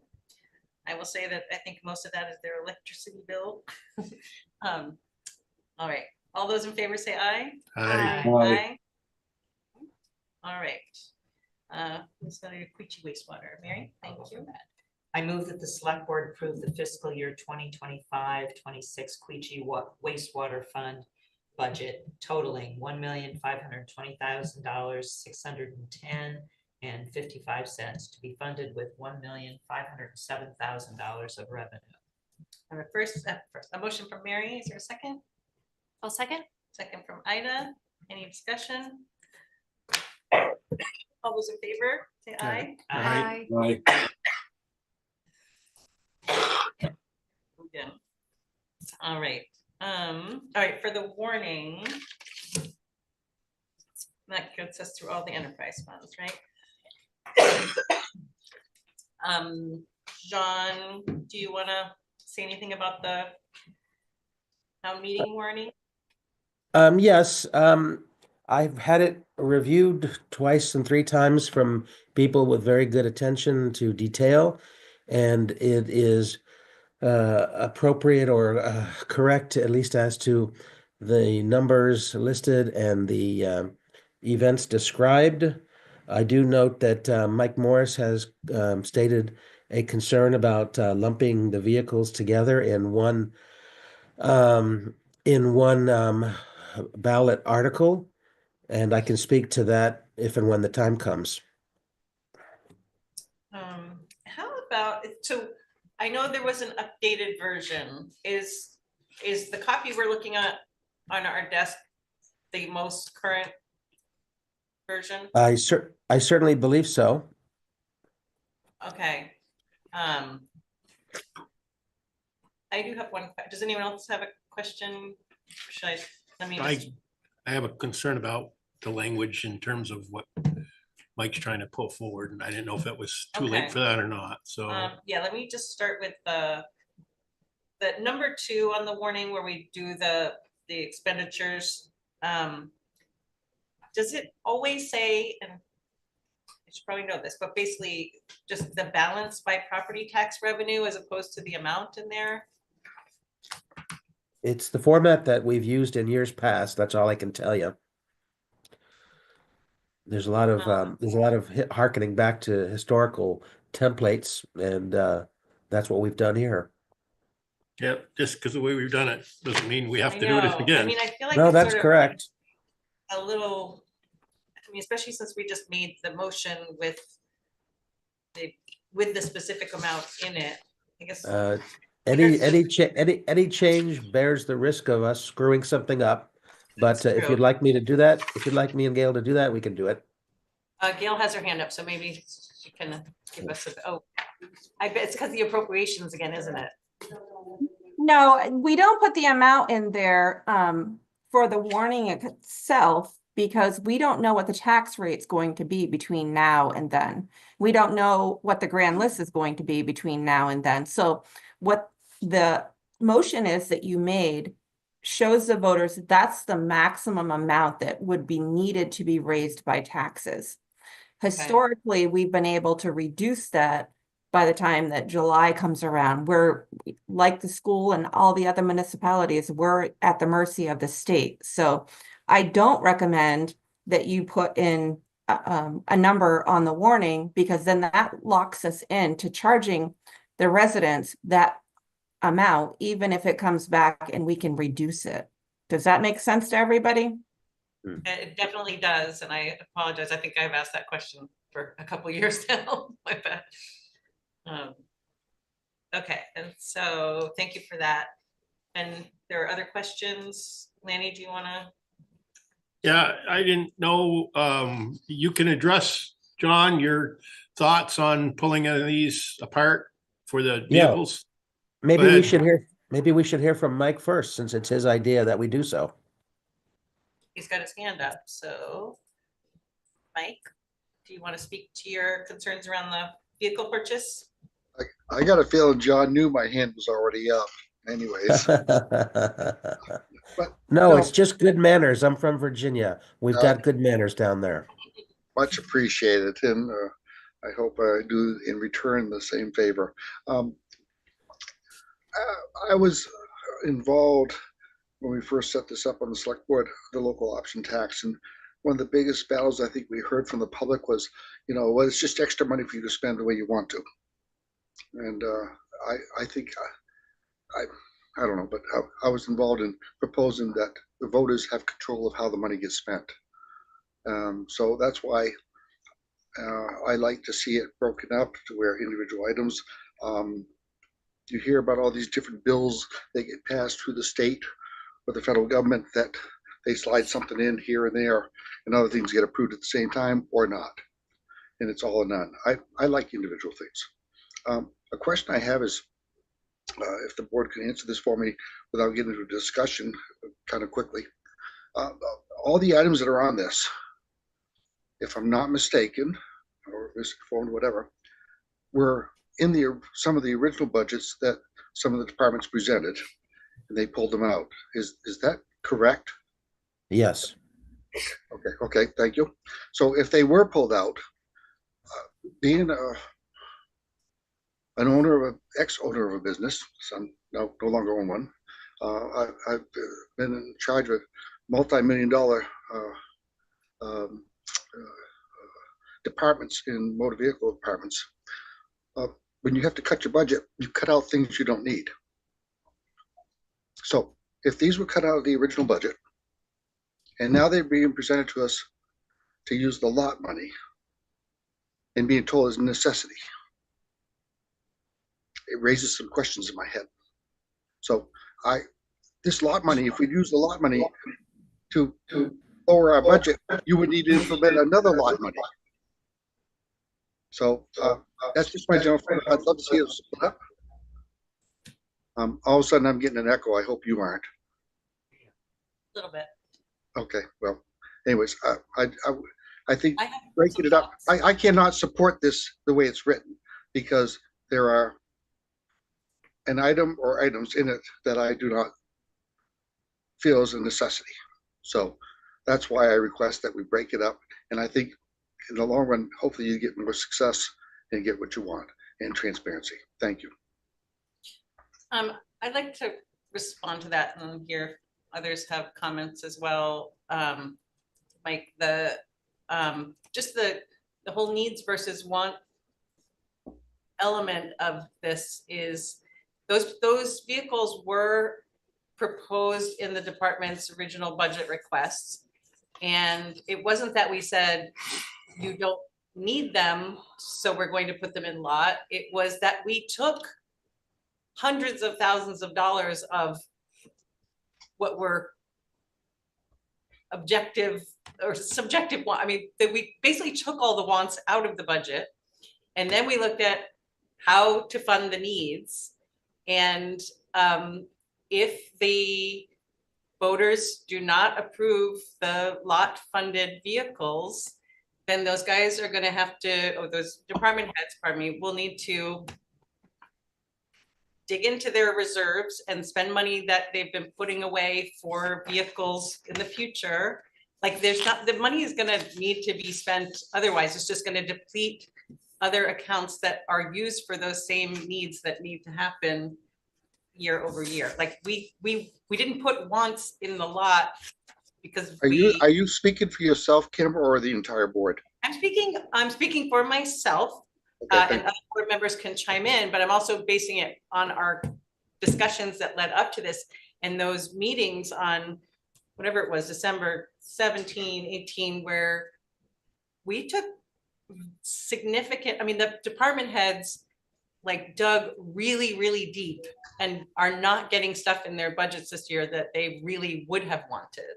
So I guess that's my response to that. And I hope the voters support it. I mean, we have these funds, the Lyman Point Park improvements did not get approved last year. And it's not like that money went for tax relief. That money just sat in that reserve account waiting for the voters to approve some expenses. So we're putting very much needs in that category and hope that the voters will support it. Anyone else care to chime in? Mary, go ahead. Yeah, Mike, I would agree with, I would agree with Kim. I don't know if you attended all of our meetings, but I think the only time that someone on the board was unhappy was Brandon, who would have spoken if he were here that night, and that was for a police cruiser. But I would like to address the issue of putting them all together. I totally understand that it's a feeling of transparency to take each one of these items and vote separately. But I also think there can be an issue there with people. I'm hoping this isn't the way that the town folk feel, but I see these as all of the town's business and what they can do for us. When you separate them, it's almost like you're not a community anymore. Do you like Parks and Rec? Do you like the police department? And it kind of separates things. I'm just saying for myself, that doesn't feel good. That doesn't feel like the community needs. So, I mean, I don't know how other people feel, but that's kind of where I'm at. Thank you, Mike. So John has his hand up, and then there's two other members of the public as well. Do either of you two have anything before I have John on? The problem that I see with this is that if these are not funded this year, they're going to come back to us next year. And we have money in the lot to fund them. Yes, we can get another year out of almost anything we have in town, but at what cost? Repairs and safety to the operators is a concern. The voters have the option of voting yes or no on this. I am comfortable either way. If we had more time, I would say pull them out, but I think that we're to the point where we should just pass them and go where they are and roll the dice and see where it goes. John, go ahead. Yes, thanks. I think several of you quoted some things that I would be speaking to. I would share Mary's concern of that people might think that we're somehow setting up departments to compete with one another for needed resources. I think the board feels, after hearing from all the department heads, that all of these vehicle purchases are needed and are not fluff or wants as opposed to needs. It was just about how to go about funding them. And of course, the town charter says that this rooms, meals, and alcohol tax should be placed in a capital reserve. And I can't think of anything more capital than vehicles that are going to be serving us in a variety of ways for many years to come. One thing I will point out is that the town, of course, the select board has already approved the language of that ballot article in a previous meeting. And then I would also point out there's plenty of historical precedent for having multiple items on a lot usage ballot. In 2019, all cemetery funding was lumped together. We didn't break it out so that you could pick West Hartford Cemetery versus Quechee Cemetery. In 2021, all cemetery funding was lumped together in one article. In 2022, again, all cemetery funding was lumped together, A, B, C, as we have with the vehicles. And in 2023, all three libraries funding was lumped together. Again, presumably because the boards that put these on the ballot did not want the townspeople to have these various cemeteries and or libraries competing with one another, but making the statement that all of this funding is necessary. Thank you, John. All right, Mike, I'm gonna go to Heidi Duto next. Okay, yeah, he put his hand down. Oh, you put your hand back up. Are you still want to finish up on that point? Yes, can you still hear me okay? Yes, yeah. I appreciate all your explanations. I guess I have to agree to disagree on some things. But John, you're right. The cemeteries were grouped up together. I researched that and looked at it, and I saw that. And I'm not trying to play departments against departments or whatever. Okay, I'm slow to learn. It took me a few years to figure out we're grouping things up. I would like to see them broken up into individual items, not departments against departments or cemeteries against cemeteries. It's where's the money needed individually. That's all. So I'm going to agree to disagree. And like I said, the playing the departments against each other in my head, that wasn't what was going on. It's just the individual items, period. No departments, no separate cemeteries, just items of particular interest. So, but thank you. Appreciate you listening to me. All right, thank you, Mike. Okay, Heidi, go ahead. Heidi Duto, White River Junction, Vermont. Thank you for allowing me to speak once again. So I'm trying not to lose you guys because I'm being told that sometimes I'm a little confusing when I speak. I attend most of the meetings. I have been doing it via Zoom for quite some time now. But at the informational meeting, I posed a couple questions on these 3 items for lot expenditures. And the reason why I did that is I just wanted clarification. I have gone back and looked at the ARPA, God bless whoever's coughing or sneezing. I went back and I looked at the ARPA approvals for projects and for equipment for the town. And the reason why I asked Chief Sheldon so many questions about the cruisers is ARPA funded 2 cruisers. And last year, 2025's budget, we approved the purchase of a cruiser, yet we're trying to put another cruiser on the lot funding for this year. But I'm being told by Chief Sheldon at the informational meeting that we only have 5 cruisers. I find that very difficult to grasp or understand. I'm not saying that any department deserves more than one another. I mean, we are a town. But when taxpaying residents are asking questions, it's not to put a department head or a department down or question anything like that. We're just trying to understand. And I agree with Mike, one isn't being played against each other, but I believe Lisa O'Neill is in the room at the meeting. Last year in the lot proposals, everything was broken apart and listed separately. Lyman Park was on there. We had the beautification with the flowers in different towns.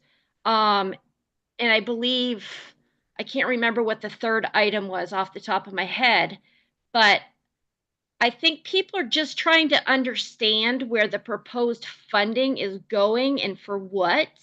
It's not that we don't want to reduce our budgets in any way. It's just a matter of understanding. So thank you. Madam Chair, we have a motion on the floor. I don't think so. Not yet. Okay, wait, now who has like that? I think, Oh, I'm just trying to pull up the ballot. I Yeah. don't create those. yeah, you just- Yeah. can I make I a, don't create your warnings, but I think John already referenced. Well, I'll make a comment? well, Gail and John. Gail and John have their hands up, just Yeah, FYI. Go ahead. Go ahead, let them. Okay, Gail, why don't you go ahead?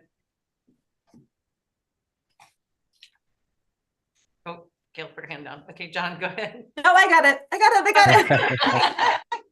Sorry, I got the cold thing going on too. So I just wanted a point of clarification for the ARPA funding. Heidi brought up a great question. So for the police department, the ARPA funding originally included a marked cruiser, which was in the original allocation of funds that were put out there. The second vehicle that was put in for the police department was not expected, and that was brought on because we took on another canine unit, and we needed to have the current canine unit vehicle that we had go to the new canine. And so the second vehicle that's listed on here is an unmarked vehicle that's in the criminal investigation division. So I just want to make sure that that wasn't something that was planned. It wasn't budgeted. The police department came forward, presented it to the board, and that was a new request. So I just wanted to make sure that we were clear on how the two vehicles, one marked cruiser, one unmarked cruiser, that got put into the police department. That was it. Thank you. Is Chief Sheldon online by chance? I don't see him. I don't think so, but John, why don't you go ahead? Okay. Yes, you remember that game on Sesame Street, which of these things belong together, which of these things don't belong. That's what I would look to in terms of precedent for how to package these things. I certainly agree that Lyman Point Park has nothing to do with an ambulance or town beautification efforts, but I do believe that vehicles have a lot of things in common, and that's why one of the reasons why we package them together. Presumably the same reason why cemeteries were packed together and libraries were packaged together. Just makes sense to me. Thank you, John. All right, and then Eric, you can go ahead and unmute, and I want to apologize for letting people who had already spoken speak before you. I think their hand was just up first. Go ahead.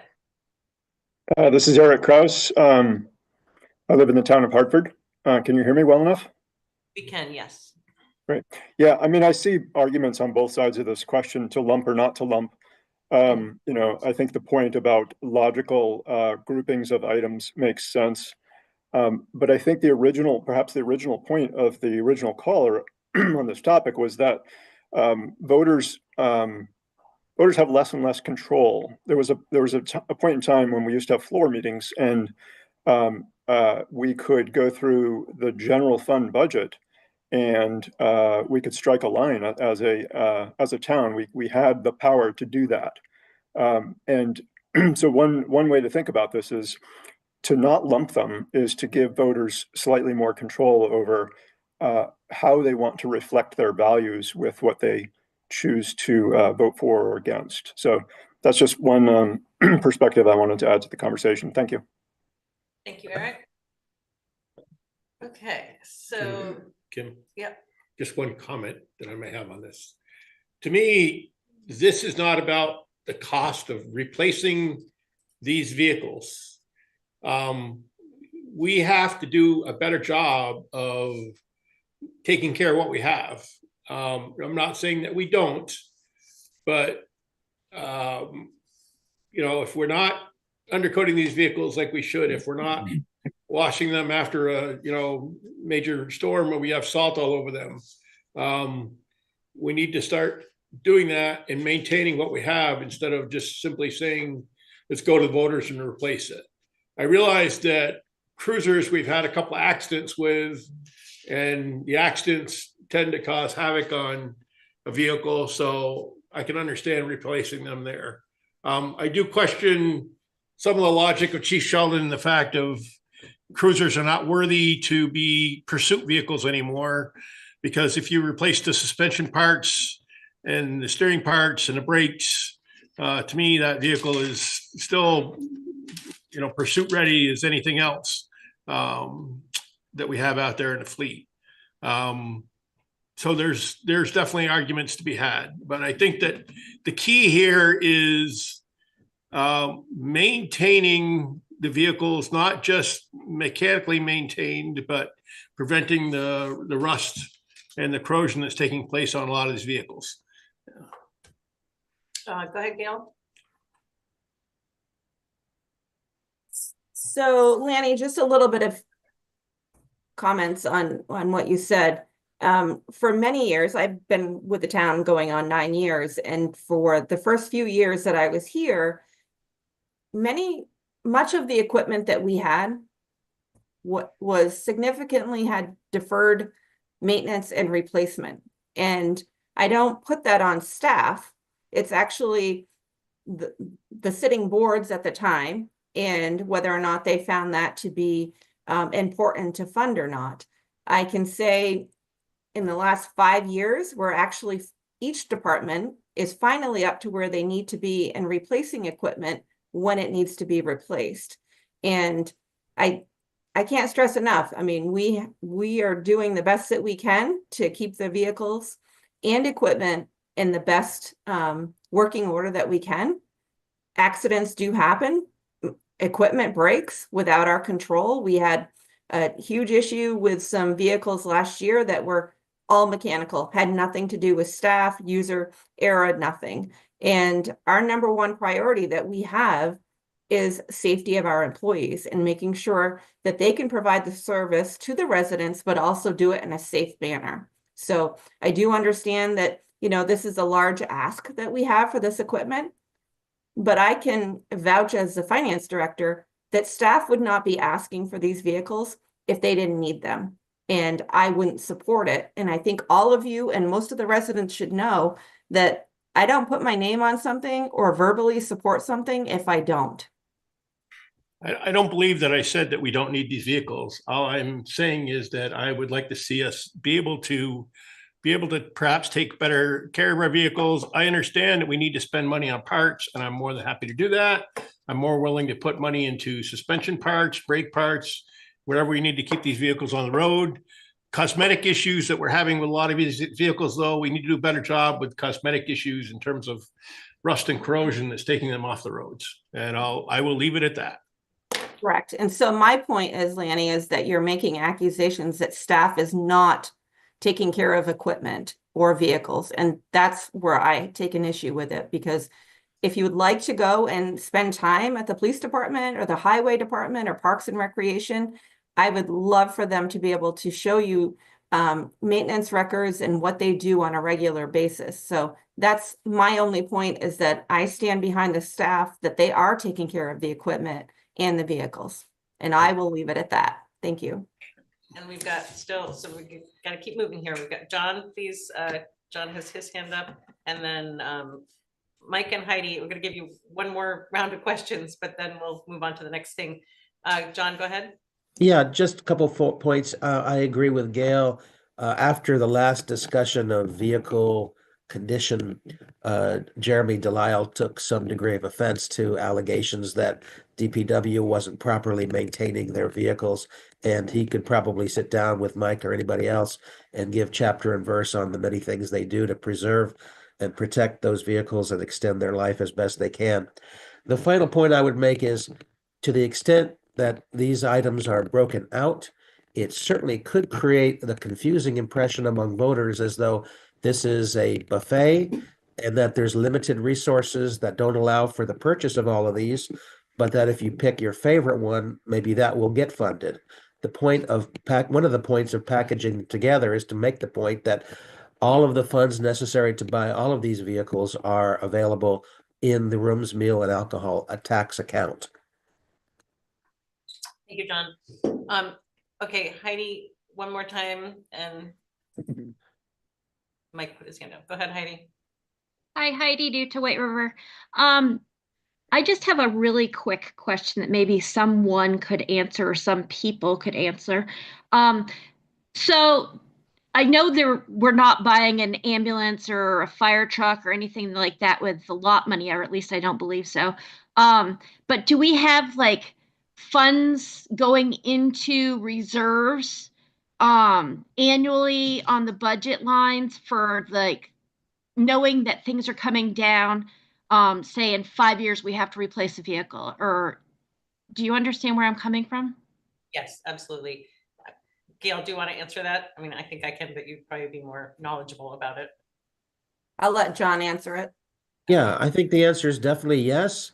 There are some vehicles or pieces of equipment that are so expensive that it doesn't necessarily make sense to try to think about funding them all through a reserve. And by that, I'm talking about the big ticket items at the fire department, like a ladder truck, for example. Right. Some of those need to go out to a bond vote just because the cost of those pieces of equipment are so vast.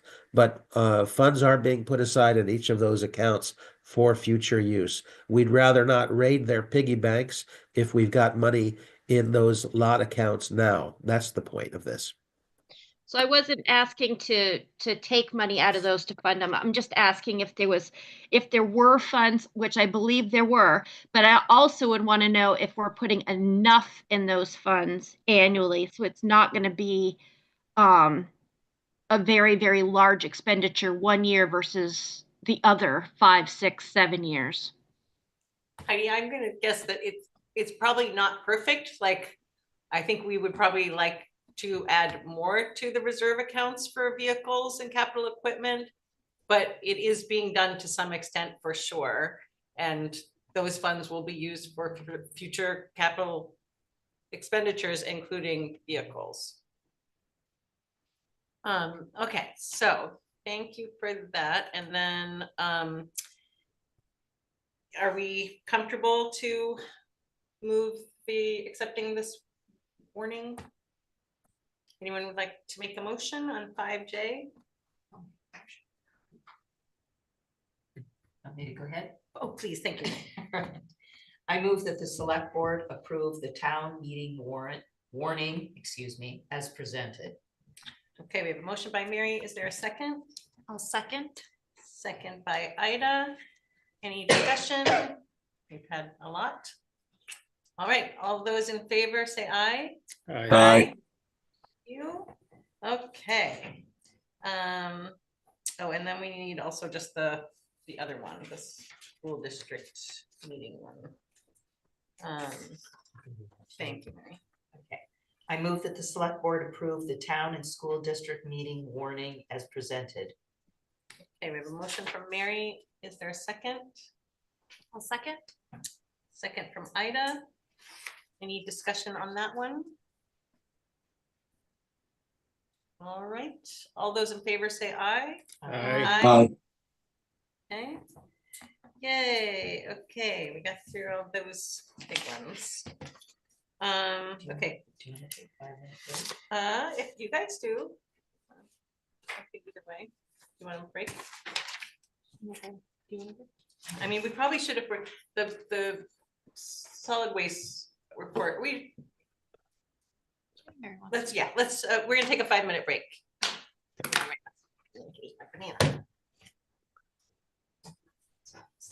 Oh, and,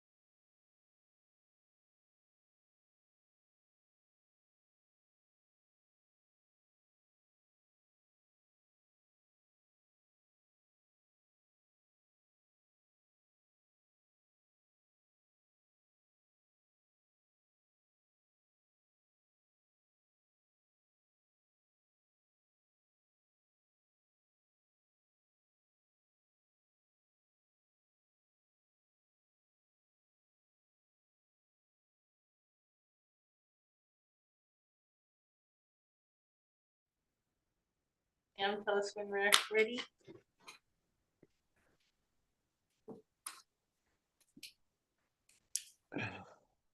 Well, that looks good. Okay, we're back. John and Mike, you're still with us? Gail? Okay. Okay, we're back from our break. So now we are going to move on to the certification of the 2025 highway mileage certificate. Any, Brian, you want to just give us a little? He's got his coat on too. Oh. Brian Gazda should be there, of course. There he is.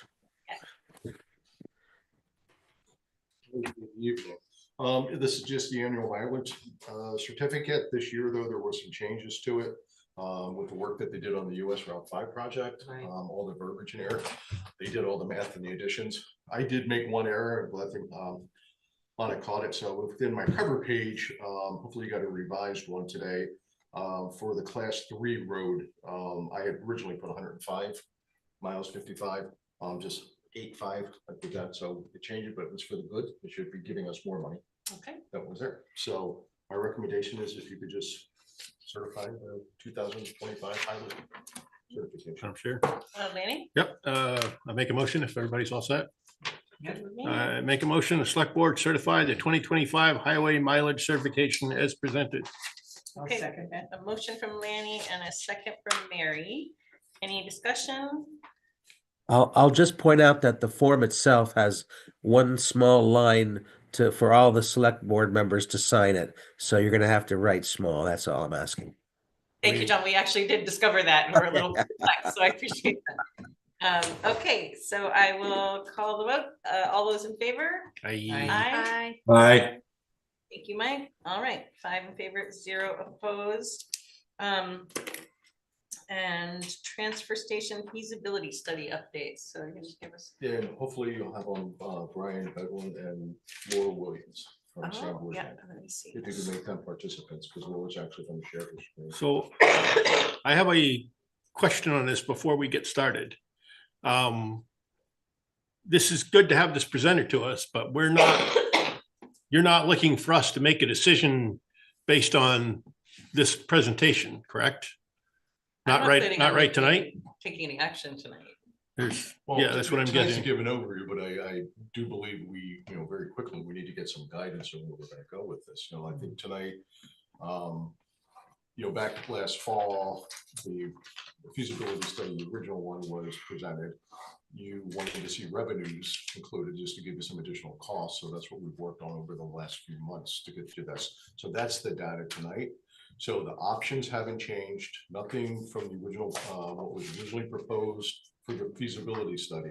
It's just now putting revenue numbers in type and showing out at the end of the day, as we talked about with Fund 30, why is our deficit? This sort of shows that unless we do something, these are going to be the deficits that we're going to take a look at for there. So, Hey, Brian, could you possibly bring your microphone closer or speak louder? Sure. Thank you very much. So I don't know if Laura was going to give a quick little overview of their, the methods and means of how we came up with that. And then, to me, I think we tried to put it to you where if you go to page 2, the executive summary sort of kind of spells it all out. Yeah. A lot of the other information is just backup information of where those numbers came from. But I'll let Laura take it over from there. And we can just, go through it and then have the discussion. And what's your colleague's name? What's the other person's name? Brian. Brian, okay. It only shows his last name, so I wasn't sure. Go ahead, you guys. Hi there, Brian. Thanks for the introduction. My name is Laura Williams. I'm an assistant project manager here at Sanborn Head. And as Brian mentioned, we've been working with both Brians on this revision for the feasibility analysis plan. As Brian mentioned, we essentially went through and we calculated and added in revenue expenses or revenue and then we updated some of the costs as well for some updated numbers through the end of the year. And if you remember, my colleague Brian Bodwin, he presented the original feasibility analysis plan back in August of 2024. So I'm mostly just going to highlight and go through kind of the updates, the modifications that we've made since that original presentation on this plan. I'll go to our introduction, just a quick overview. We were tasked with assessing different options for managing waste and redeveloping the transfer station. We evaluated 4 different scenarios, and within each one of those scenarios, they had different options that were requested by the town. And then we reviewed the potential costs and revenue associated with each one of these scenarios. And just a quick breakdown, the executive summary of each one of these options. So first we looked at is scenario 1, option 1A, which is continued operations of the site as a transfer station without the C&D processing. And that included still running your state stewardship programs and hosting household hazardous waste collection events. And this next column, this is your total cost with revenue. So that's kind of the big change from the original version of the feasibility analysis. We updated these costs right here. They're still yearly costs. And then we also added this column right here, which is your total cost without the curbside costs. So we just subtracted those right out and gave you that final cost for the year. And for option 1A, it came out to $544,170 for the cost to the town, and without curbside, $269,170. And then option 1B, within that scenario 1, site operations as a transfer station, kind of same thing as option 1A, but then this one includes the C&D debris processing. And those costs came out to $730,670 without curbside, $455,670. Then we moved into scenario number 2. And within scenario number 2, we looked at option 2A. This is your site operations under reduced footprint by providing space for third parties to offer the fast trash and recycling. And then the town would partner with the Greater Upper Valley to host the household hazardous waste collection events. And your cost for that was $356,800, and without curbside, $275,200. And then our option 2A, this was your site operations with a third party for fast trash and recycling. And under this option, the town would only offer collection of the state stewardship materials on Saturdays. That's kind of the big change from option 2A. And this was a cost of $373,871, and then $292,271 without your curbside. And then option 2C, this was kind of the same thing. You have a third party offer the fast trash and recycling. And then you would partner with the Greater Upper Valley to collect the state stewardship materials on Saturdays and to host the household hazardous waste collection events.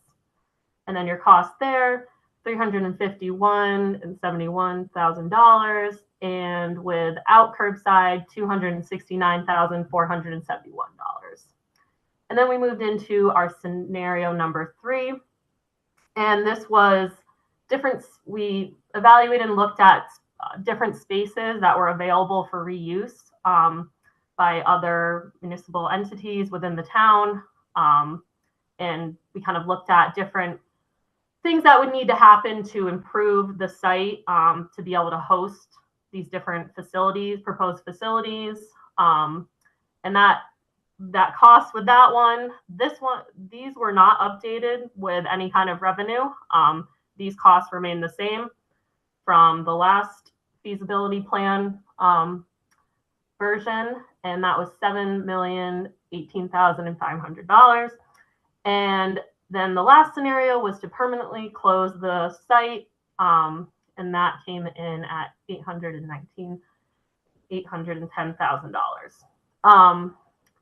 So as you can see, that was kind of the big update. And then we also updated within the plan. I won't go into detail with every single one, but we did show the revenue for each one of these different options. And you can kind of see how they calculate out. And we kind of expanded on some of the costs. We broke down transportation to give you your totals here. And so that was kind of the big things that were changed. You know, in conclusion, we did kind of a thorough examination of this feasibility plan. And really the town, you know, we recommend the town goes with the decision that best supports the residents, aligns with the town's strategic goals, and provides a lasting benefit to the community. And then also, you know, now that we've factored in this revenue, that's something that the town could also look at and evaluate and adjust their fees to increase the revenue to be profitable wherever they can be. And I think factoring those revenues really helps give a overall look at ways to do that. So that's the basic overview. We'll open it up, Brian, if you have any other comments, or if there are any questions from the board. Well, I think it's just important to understand that even with, say, going to a different model than what we have now today, we'll still have costs that associated with it. What we couldn't do, or what weren't able to find is, like, let's say we just would do a request for proposal for a vendor to do this. We won't know those numbers until we do it. And they're trying to get information from these vendors. It's a very secretive business. It's been very hard. You know, some conversations I've had with at least one of the vendors, there's a lot of competition and they're very afraid to give out information, to release it premature with that.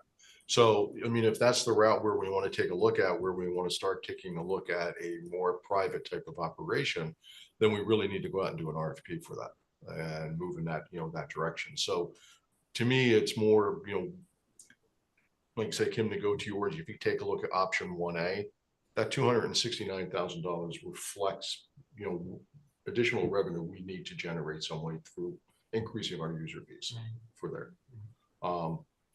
The other thing comes too is, I mean, we did the survey for the curbside recycling, and one of the, you know, some of the questions we asked revolved around the use of the transfer station. What does the public want? You know, what do the residents of the town want? You can go back and take a look at the 2015, you know, commission study that was done on the transfer station. At that time, you know, they talked about going to not just curbside recycling, but also waste pickup, solid waste pickup at that time too.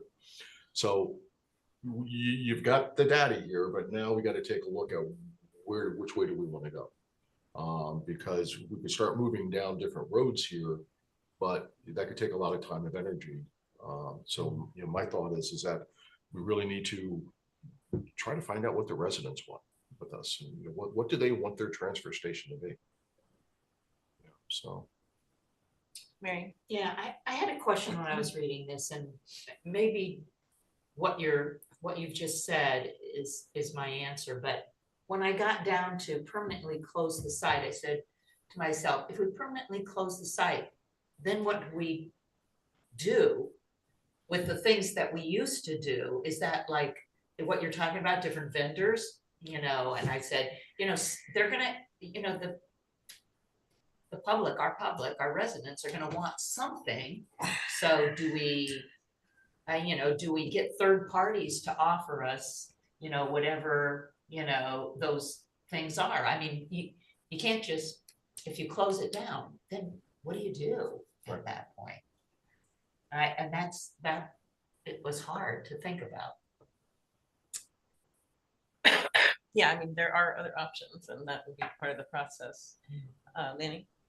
Yeah, Brian, please remind me of what it is that we are statutorily required to provide for services. I believe, and correct me if I'm wrong, that we are statutorily required to provide composting, and we are required to provide yard waste, lawn and yard waste pickup or disposal. Well, we have to have a place for residents to be able to take it. Okay. Right, It's the that's- same like with the stewardship programs. Is that it's not so much that we have to accept it, but we need to, and some of the changes they've done where, you know, we need to say you have to go to Sherwin-Williams to take your paint now. So that's a part of what we still have is making sure that the residents know where to go for the computers and whatnot like that. So we could, in theory, and I'm just speculating. Get out of the business, yeah. Well, we could get out of the business while still providing a place for people to dump yard waste and compostable. Yeah. But we'd have to, the problem is we'd have to monitor. You still need to have staff. You still need to have somebody there to monitor it. So in any fashion that we remain open, it's going to cost us money for salaries for people to staff it. So. I have a question and I'm raising my hand. For the option 2 scenarios, why does it seem like without the column without curbside, shouldn't that be much less? Like, for example, option 2A goes from 356,800 a year to 275,200. Like, aren't we paying like $300,000 a year for curbside? Yeah, but some of those funds that we won't have revenue coming in. Okay. But somewhat. We won't have that revenue coming in to offset those costs. So that's where we had to, it doesn't make sense. I know, believe me, I asked Laura this question too when we looked at it, because that's where we had to go down and you got to take a look at what do we get revenues now for being open. Yeah. Okay. So if you were to take option, 1A and you minus that out, that's the $275,000 we have in the budget. Okay. I think I'm having a hard time understanding the tables, Maybe Laura can jump in too. Yeah. If you let Laura jump in then. I mean, I guess I'm wondering why the cost would change if we were getting revenue. Because we get money for the items that we recycle to help offset the cost of recycling. But there's other sources of revenue that are being explored, or just recycling materials? Like, forgive me, I did only have the opportunity to skim this report. I did skim it, but I've not fully digested it yet. So, I mean, one of the things, that's where if you go through, when you go to the other pages and you look at the breakdown tables. Yeah. I think I just need to get more familiar with it before I start asking questions. Where we have the costs and how we came up with them, because even if you still have it, we still have to have staff there. Yeah. Right. We're still going to need how many, we figured, okay, do we need 2 people? Do we need 1 people? If you're doing a Saturday only and you're going to be open for this and you're going to do hazardous waste, you need 2 people there that day. So we went back, took budget numbers, took out what we get from the census data and factored those into what it would be like for 2 people for 52 weeks out of every Saturday out of the year. Where does that come up at? So. And this doesn't incorporate any of the just capital improvements that would need to happen to the site. Well, there's one there where if you do there's like $56,000 for the rental for the red building to be done there, but not any more major demolition or anything. No. So. So the numbers that are based here, that the revenue numbers are based on, they're based on numbers from Casella. No, all this material from our Casella. revenue numbers are based off of our budget. So what do we do about revenue from recycling? How are those numbers factored in? No, they're in here. These are our budget numbers in here from what we got for revenue in here. So that's what we use from the budget. So. Right, but nobody has a crystal ball to know what we're going to be able to get from Casella next time around. So a part of, we go to when you do the recyclables. So part of what they call the average commodity rate, the ACR, no different than with the curbside. You're right. From month to month, when they come and haul those the totes out of there, we don't know what we're going to end up. That we have what our costs are going to be, but each month that can change. Yeah, that's where I'm getting at. Is Okay. that you have So no we don't idea. control that market. We don't know what The that is. commodities market may be going, who knows, with terms of Correct, this. but the revenues, what you'll see there, especially in the 2A options, are revenues that we receive for permits, for punch cards. Okay, so we're not Right, talking. what we get for, waste generation fees and stuff like that. So we actually use the actual numbers that we're receiving there, and that's how we came up with what the revenues were, then back them out of the expenses to come up with what's. So you're not using recycling revenues at all in this? Well, but that's a part of the cost, Lenny. So when we get our bill from Casella, we get what the charge is, and then they back it out. Then we get, they back their revenues out before they even bill us. So we don't even know what the revenues are from it. Correct. So it's like there's something hidden in there that we may be able to get better returns on investment of our recycling if we were to go somewhere else. Right, but then that too would probably create more staff that was needed. Because right now we're just saying, come get it. Okay, where if we were to start to market it and do it ourselves, we need staff. So you think you may be saving money over here, but you actually may be creating more of an expense over here because now we're running the operation and doing it. So we're being like a mini Casella in that case, like that, to try to maximize our revenues if we were to go that route. If we were to as a municipality, if we were to, I know this is an oddball question, but if we were to haul our own tractor trailer loads of trash up to Coventry, would we save anything? I can't tell you that right now, Lenny. I mean, we'd have to buy the equipment and see what it would cost and round trip and diesel cost and stuff. I mean, because if we could avoid Casella, and I don't know how much the cost is to Lebanon to dump versus dumping over to Coventry, if it'd be cheaper to truck it up there or not. They're taking our stuff to Lebanon now. I understand that, but what I'm saying is if we could, and there's added cost for more personnel and equipment, but I mean, why would we go up there? I mean, if we were going to go, we would just go to ourselves to Lebanon. It would just be us doing it, buying the truck, buying the. I just didn't know if it'd be cheaper to make it more cost efficient to dump in Coventry. But now I've got equipment, now I've got staff. I understand this. Increasing operational side costs compared to what we're doing. That's where I said it's a lot more to it than Laura, do you think you can you just talk, you have this page 4 up there. Could you do me a favor, and probably other members of the public and board, and just kind of explain, like, I don't really understand how this table works. Is that something that you could do that then I can apply it to the others? Yes. Like a super lay person's. Yeah. So this is, let me just go back here real quick. So that table was for option 1A, just continued operations of the site as the transfer station, running the state stewardship programs and hosting the household hazardous waste events.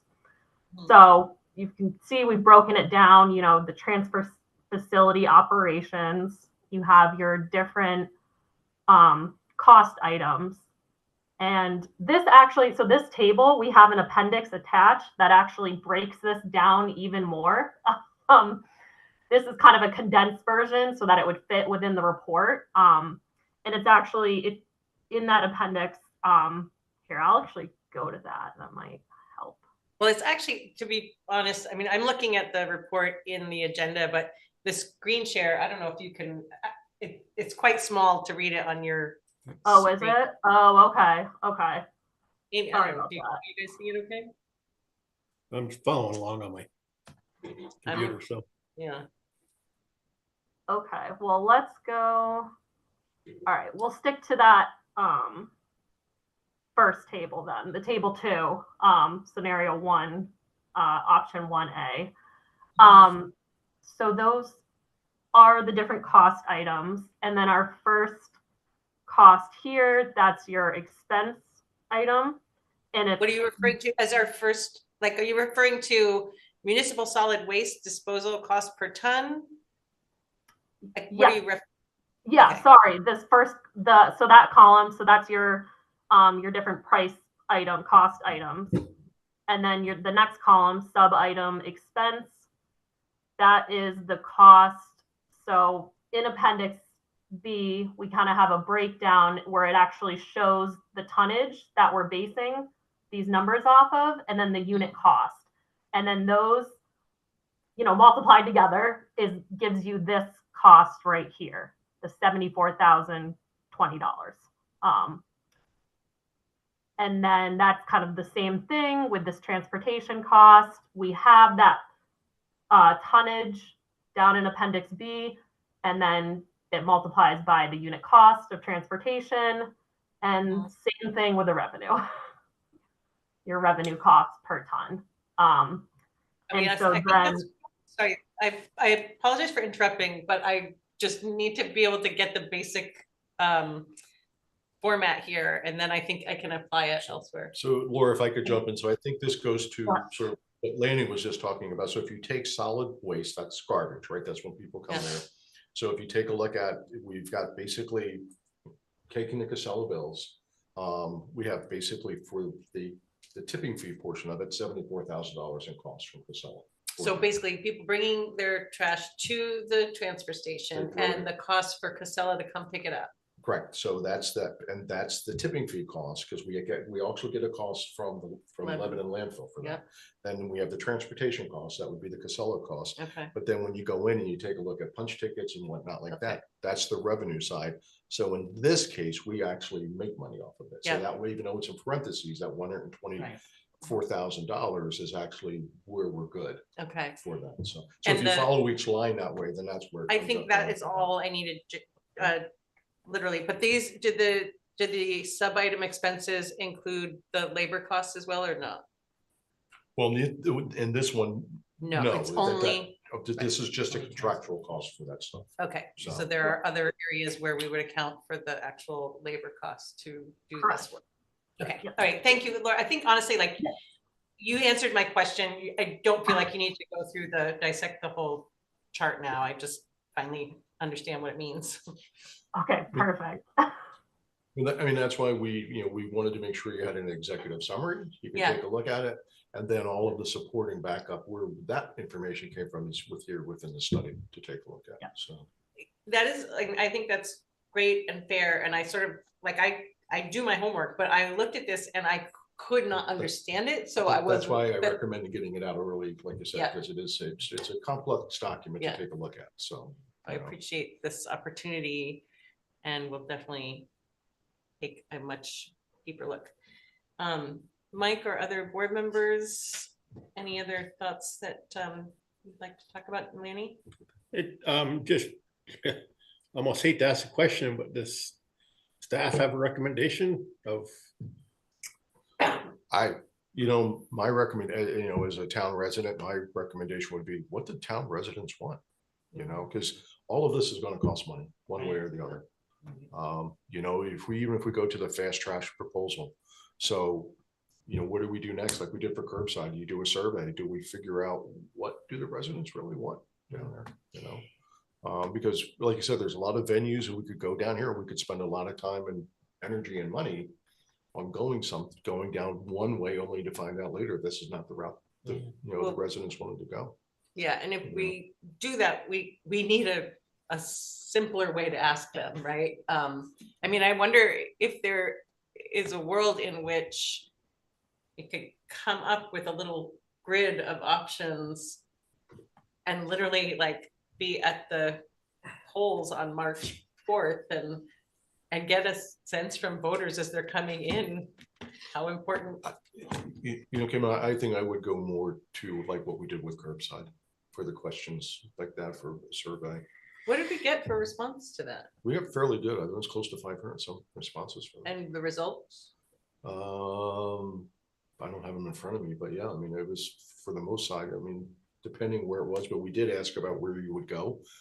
If you didn't have it, and I would say 50% of it would come to us. They would go back down to the transfer station. Okay. But was it a strong majority that did want to keep curbside? Or was there?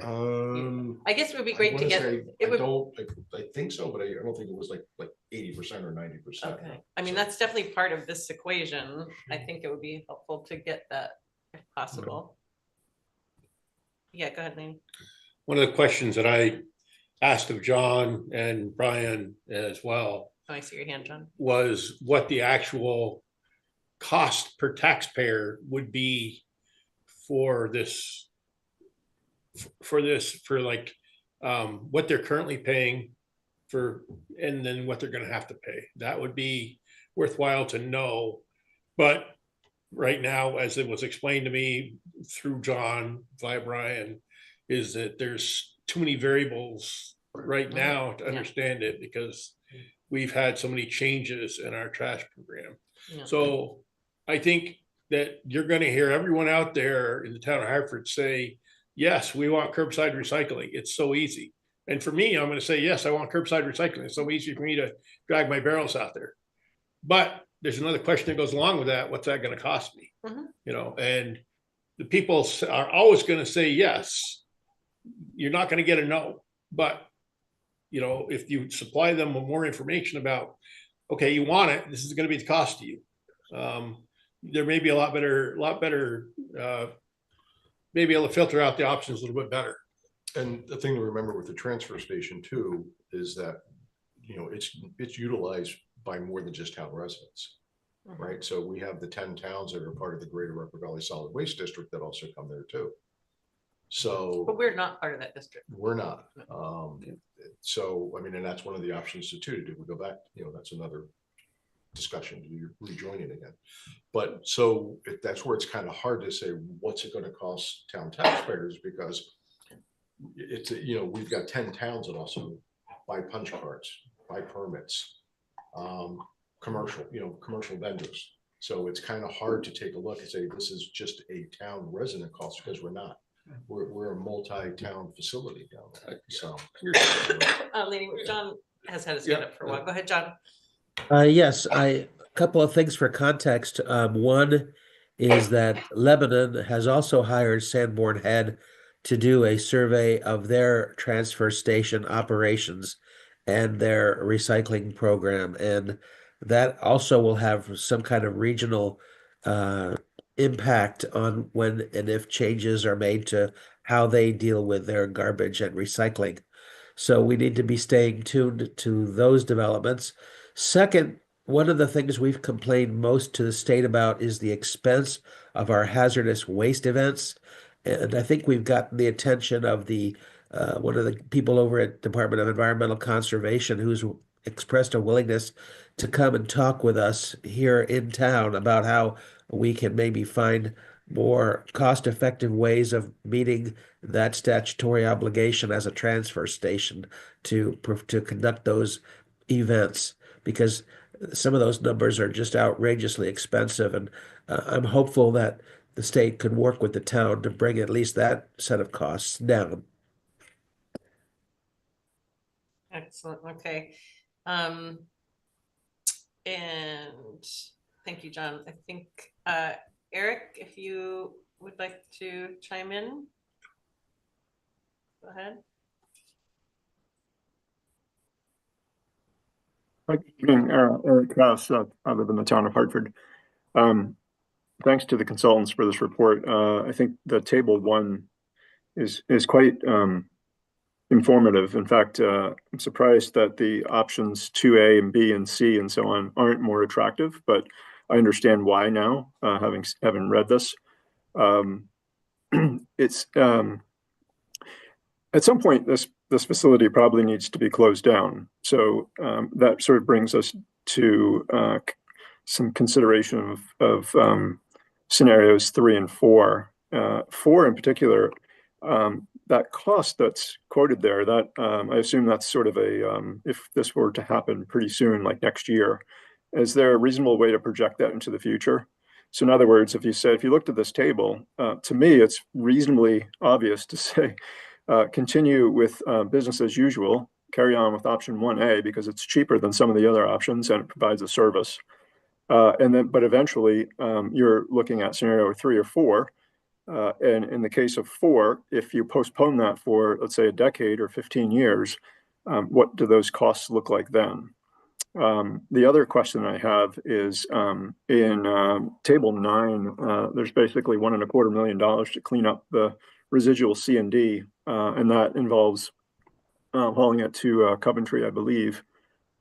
Is that material that cannot be hauled to Lebanon? And then the third sort of question I have is about the permit holders in the Lebanon landfill. It would be interesting to know how many Hartford residents have permits for the Lebanon facility. It just might provide one more data point in terms of if there are a lot of users over there using that facility. Maybe that tells you something about the ease of use and an alternative option for residents. That's all. Thank you. Thank you, Eric. Do you know the answer to the? Well, yeah, I can answer the question in regards to why we can't take the C&D to Lebanon. It's because of the asbestos. Remember that we had to go through all that. Right. So it's above the thresholds that they're allowed to accept of it. So we can try to get the other information. I don't know if Lebanon keeps track, if they would be able to break it out by minister, by town, we could get that. If they do. We could ask that question. Yeah. So Lanning? If we were to bring a grinder back into the landfill, would we save any money in terms of? We like you said, that's what Hammond was going to do. That was your original, right, when we did it, right? With the thought we were going to take it to Lebanon at that point until we found out we had to test for the asbestos. So bringing Hammond back in would not save us any money. We still have to transport it. I mean, that's one of the things we're looking at for the C&Ds. You have that done on site like that. Grinding it, there's a whole other issue with it. And I know Brian and Laura can speak more to it. They've been following up on that, but it was, the best bet basically we're looking at is just hauling it and getting rid of it. So. Yeah, just more, I don't know how they charge over Lebanon. They charge a dumping fee per. You'll pay a tipping fee, but they won't even take that stuff. I mean, we just can't even take it to Lebanon. So. Right, but if we were to grind up what we could grind up. No, it's got asbestos in it. We can't even take it to Lebanon. Okay. So regardless of what it is, we can't even take it there. So nothing right now that's in the C&E pile can go to Lebanon at all? Correct. Everything now has to go to Coventry. So, or someplace else, another another landfill that would take it. So I didn't realize that. So that's very bad news. John, do you have any recommendations for what we do next here? No, I don't think so. I think it's all important for everybody to digest what they've heard tonight. I think maybe Brian and I can talk about the RFP. That might be an additional piece of the puzzle in terms of what kind of proposals we might get to do a private trash and go facility. If people are interested in us exploring that further, that would be more information, more of a detailed option to consider. But that's all I can think of at the moment. Laura, maybe would you stop sharing your screen? Just Yep, no problem. Lanning? Yeah, I would make the recommendation that this board bring either 3 or 4 options before the voters to be voted on. But I think it's not good to take so many options to the voters. We should take 3 or 4 that we've made a decision on and let them make the final decisions. I think the voters should be left to make the decisions on that. But we cannot take them all these options. No, we gotta weed it out. Yeah. I mean, maybe that is.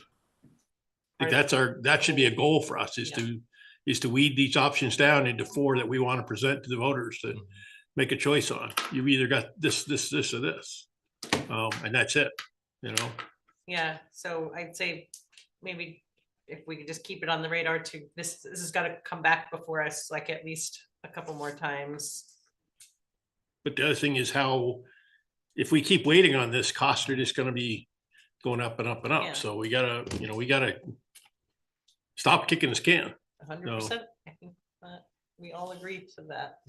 Well, we've agreed on it in the past and we've still kicked the can. No, we've been waiting for this report. Yes, we just got it. We're gonna digest it, and now the ball is in our court, right? This is now that I can read the report and understand it, I feel like I have a better chance of having some real opinions. I mean, Yeah, I know we've got talent, but maybe within like the next couple of months, regroup again. I would say, yeah, not even that long, like within the next month. Yeah, I mean, granted, we are gonna have a different board, after, we only have like 3 more meetings until there's a new board, but who's counting? And this is gonna be a lot for them to digest too, so I think it will be important, like this has gotta be in the forefront. And I'll still keep sharing my opinions, whether you want them or not. They'll just be from public comment. Awesome. All right, Laura and Brian, is there anything else you would like to add? If you have questions, obviously through, John and I, I think more information you have on this, just please let us know, and I can work with Sanborn Head to get you the best answers possible. Yeah, that's quite possible. I think the biggest thing right now is waiting for the RFPs, and that's, I don't know how we can make any decisions without knowing what RFPs are gonna be for. Well, we can start, I think you could start with some philosophical preferences and then start to narrow it down and then start to, figure out, get the information. I mean, we need all the information we can get, but we've been waiting for this report. We've got it. Let's do what we can with this report to sort of try to start narrowing the scope. Does that make sense? Don't disagree with you, but I think that the final decision to me is gonna come down on what we get for RFPs. I mean, I've got a plan of what I would like to go with, but I want to see numbers come back, so. Okay. So, anyone have anything else on this topic, including Brian or Laura? I think that covered it on our end. All right, Thank thank you you. for that, and I really appreciate the deeper dive. No problem. Okay, Yes, thank you. here's my agenda. All right, and we are not gonna do, so are we on to commission reports? Thank you, Brian. I'm sorry to keep you here so late. Mary, any commission reports? Yeah, I'm just gonna be very brief. When Hartford Parks and Rec met on January 9th, one thing that I thought was really important to let people know is that as Scott has said, Hartford's hosting a 5-person team in a virtual visitation in late April, early May meeting. This is for the upcoming accreditation schedule and procedures. I think it's important to know that there are 152 standards that we have to go through for re-accreditation, and this is Hartford's 4th process. Hartford is one of the smallest towns across the country to maintain accreditation, which gets harder for each accreditation. And then H. Corey met on January 15th, and we had a speaker. Some of you may know her, Dr. Kendra LaRoche, Executive Director of SNSC Special Needs Support Center, who's approaching Hartford's H. Corey to encourage support for individuals with disabilities. In existence since 1979, SNSC was previously located in Lebanon, but now has moved to Hartford, remaining a steadfast server of the areas of Hartford, Lebanon, and Hanover, and other Upper Valley towns in need. Kendra explained that advocacy is a broad concept and that SNSC is currently working with businesses, organizations, nonprofits, and municipalities to become certified as disability friendly.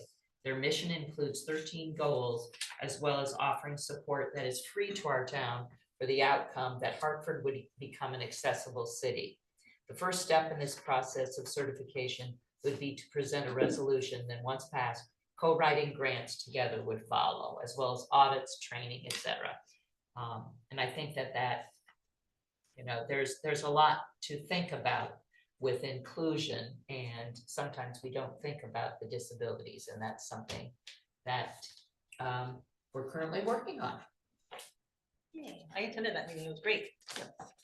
Ida? I don't have any reports. Okay, Lanny, any commission reports? Yeah, I had the opportunity to attend the Hartford Community Coalition, and they are looking at restructuring their board, which is a great thing. And they laid out their plan going forward. They've got some new staff.